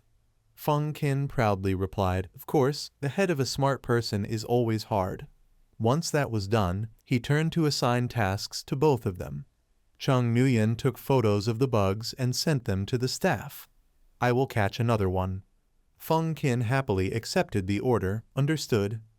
After a while, he held 2 bugs in his hands and heard over the line that these were a special heterospecies from Deng Tower Nation, called devil-eyed ladybird bugs, which eat brains, can parasitize animal brains, and whose abilities and other information have not been shared outside Deng Tower Nation. Chung Nguyen continued reporting the situation. A total of 8 bugs, 4 parasitizing the 2-headed eagle, 2 captured alive, 2 killed. I have used half-blind control on them. They should temporarily not attack humans. The line responded, "Well done. Personnel from the Science Institute have already departed to your location. The bugs and the 2-headed eagle that were parasitized can be handed over to them." Suddenly, he noticed the complex expression in Feng Qin's eyes. Chung Nguyen frowned and reminded him, "The person is dead. Even if you look at him, he won't come back to life." Feng Qin responded quietly, "I know. Even if he were still alive now, he would be executed after the investigation." Hearing this, he was puzzled. Then why are you still looking at him? Feng Qin honestly confided, I am thinking, if I had chosen to save him back then, would his outcome have been different? Chung Nuyen replied calmly, I am not an omnipotent god who knows everything. How would I know? He smirked and added, if I can't be a god, then I can at least be human. Chung Nuyen laughed, fine, then I'll continue being human. Scene cut to the outskirts. Kai Tu's group was being blocked by Qin Guok's team, escorting the captain. What do you mean by stopping us? In this urgent situation, the Science Institute has the right to enter any realm. He glared, determined to block them. Sorry, we have not received orders related to an emergency. By regulation, we cannot let you through. Members of the Science Institute showed dissatisfaction. Mr. Kai, look at this, he replied calmly. A person pretending to sleep will not wake no matter how much you call. You have to hit him awake. Is there treatment in the team? Suggest using life resonance as soon as possible. But Qin Guok refused to comply. No need for you to bother. Kai Tu turned, gripped his sword, unleashed wind intent, penetration. His eyes gradually grew cold. Then I will make a move. Kai Tu slashed several sword strokes, wind scars, 20 consecutive winds. Those strikes easily shattered his defensive layer. Even in this situation, Qin Guok still tried to resist. Even if you are from the Science Institute, you cannot run rampant and bully others. I will report you to the Bureau of Psychic Affairs. Kai Tu merely stepped past him. Go ahead and report to Wang Fatty. Directly report my name, Kai Tu. Then Qin Guok froze. Kai Tu is the true leader of Jiu Zhu, the strongest psychic organization in Hua Nation. Kai Tu. Inside, Feng Qin was lying down moaning. Why has no one come yet? My hand has gone numb too. Chung Nuyen instructed. Wait a bit longer. The intellect of the devil-eyed ladybird is too high. I am not sure how effective half-blind control will be. Afraid they will escape. Suddenly Feng Qin's phone vibrated. He obediently leaned over and asked him to hold the phone. The passcode is 778811. Chung Nuyen then reached into Feng Qin's pocket. Seeing the message on the phone that people from the Tian Kaienchi team had been delayed a bit and would be late, he was as speechless. They only came to catch bugs, and his mother even called Uncle Kai over. The other side messaged that personnel from Enquan Feng had assisted on the realm side and were preparing a special plane to take you back to the academy.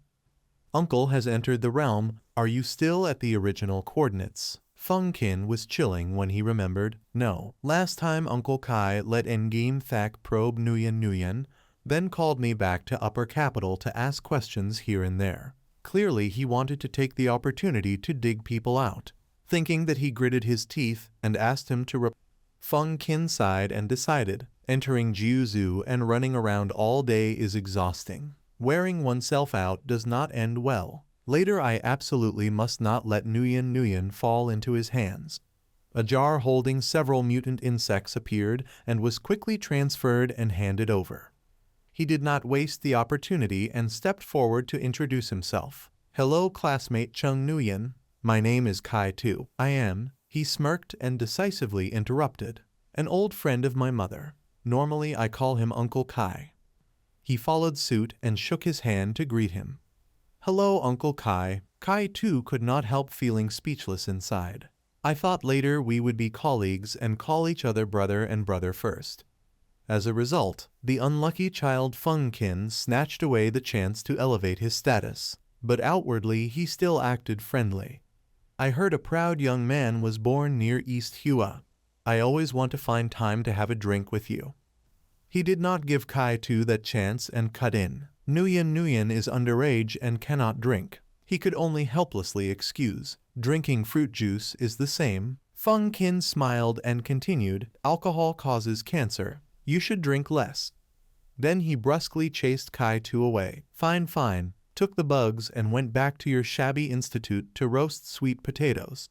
The man still tried to speak a little, but on the real side, people from Old Fox have taken them. No need for you to worry. Before leaving, Kai Tu did not forget to take out a business card. Chung Nuyen, when you come to Upper Capital, remember to drop by our courtyard and sit with us. He took the card which read, Kai Tu, General Manager of Jiu Nung Human Resources Company, Limited, Upper Capital, and politely replied, I will come if I have the opportunity. Seeing this, he hurriedly rushed over. Nguyen, don't go to that small shabby institute of his. A group of very old people with thick skins. Every time one leg is missing they pull me in to make up the numbers. If we lose they eat the roasted cakes and tell me to pay. Chung Nguyen did not answer but only smiled, which made Feng Qin puzzled. What are you laughing at? Chung Nguyen took off his glasses and, on the way back to the academy, Chung Nguyen spoke wearily. Everyone has worked hard coming to this realm. He generously took out a large bag containing psychic crystals and handed it to Zhang Nhu. Of course, Okhan also got a share, 10 two-headed eagle psychic crystals each, to use personally or sell for money. He stammered, wanting to refuse. I cannot accept such precious psychic crystals. And she echoed, we sisters have done nothing except gather psychic crystals. Chung Nguyen calmly thought, the conflict between heterospecies and psychics is full of danger. If there's a chance to become stronger, do not hesitate. His words successfully persuaded them. Okhan sat down and replied, I understand. Thank you. Zhang Nhu suddenly noticed. Aren't you giving Senior Feng Qin a share? Chung Nguyen slowly replied. He said he doesn't need it, and the one beside him shrugged in agreement. For me, the most useless thing is psychic power. The plane began to take off. He lowered his eyes, but did not forget to instruct. Later I still have matters to handle. After you get off the plane, go directly to the academic office to report and hand over the psychic crystals. Scene cut to Guan Feng's office. Chung Nguyen sat hunched and asked, Commander N, have you identified the identities of those people yet?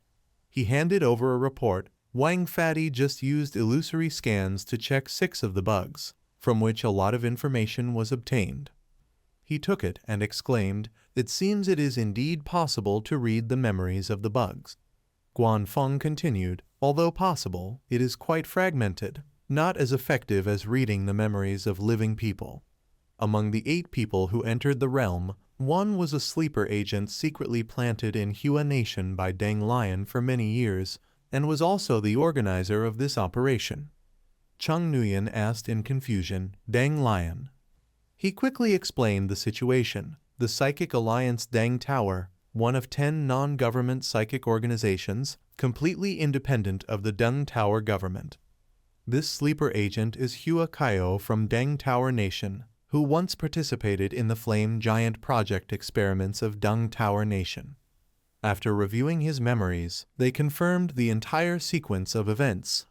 Each country has a realm for raising heterospecies, and each side controls some strategic level abilities. The most mysterious strategic level ability in Hua Nation is the half-blind power of the half-blind bear. The half-blind bear is forbidden from hunting due to its small population and difficulty reproducing, and there is no stockpile of psychic crystals. To obtain it, Deng Tower risked sending Robus to Hua Nation, cooperating with Jiu Yao, colluding with a Huazhong military insider, and secretly infiltrating the Shening realm. After you killed Robus, Deng Lion, in order to recover his psychic crystals, sent the Yuan Kai group to secretly attack the academy, only to be countered by you again. Up to this point, the cost of recovering the Flame Giant psychic crystal far exceeded the value of that crystal itself. For Deng Lion, giving up would have been the smartest choice. By now, you also realized something was wrong, but this time, the enemy still chose to act.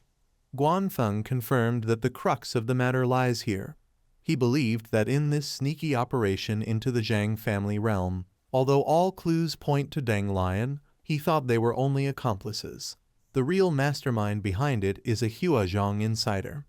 In this chain of events, you demonstrated great power and intelligence as well as a clear intention to capture the insider in Huazhong. Even if it was only to protect yourself, they would have measures such as coercion or even killing you. Based on the characteristics of the devil-eyed turtle bug, it is not hard to deduce that this is a tamed heterospecies. It can kill, conduct espionage, and even be used as a death agent. By releasing the devil-eyed turtle bugs, They clearly intended to take the opportunity to control or kill you. Guanfeng then smiled with relief. Luckily, you have an ability that counters the devil-eyed turtle bug. Otherwise, the consequences would have been unimaginable. Chung Nguyen slightly smirked confidently. Even without an ace in hand, you would not use yourself as bait. He cheerfully added that they trust your judgment, but also reminded you that your strategic significance far exceeds these matters. Preserving yourself is your top priority. You quickly return to the main issue, asking if the Huazhong insider is related to Zhu Yao. Guanfeng replied calmly that of course it is, but the specific relationship has not yet been determined. You continued, asking about the Tianqin team stationed at the gate, and he replied seriously that they are still under temporary custody of the Psychic Military Bureau and preparations for investigation are underway. You stood up as you spoke, noting that with so many clues, there should be enough for them to investigate. Guanfeng suggested letting them handle the next investigation, and you replied, understood. You stepped closer to the window, curious, asking about your sister, and he pointed behind you, saying she is at the training yard and that Xiao Tan will take you there. But you had already stepped 1 foot onto the window ledge and declined Guanfeng's kindness, saying no need. You leaped, using your Abyssal Dominator ability to fly away, declaring that you can go there yourself. This scene left him utterly astonished, mouth agape, saying, "Oh my, you just went to the realm once, and yet you already know how to fly."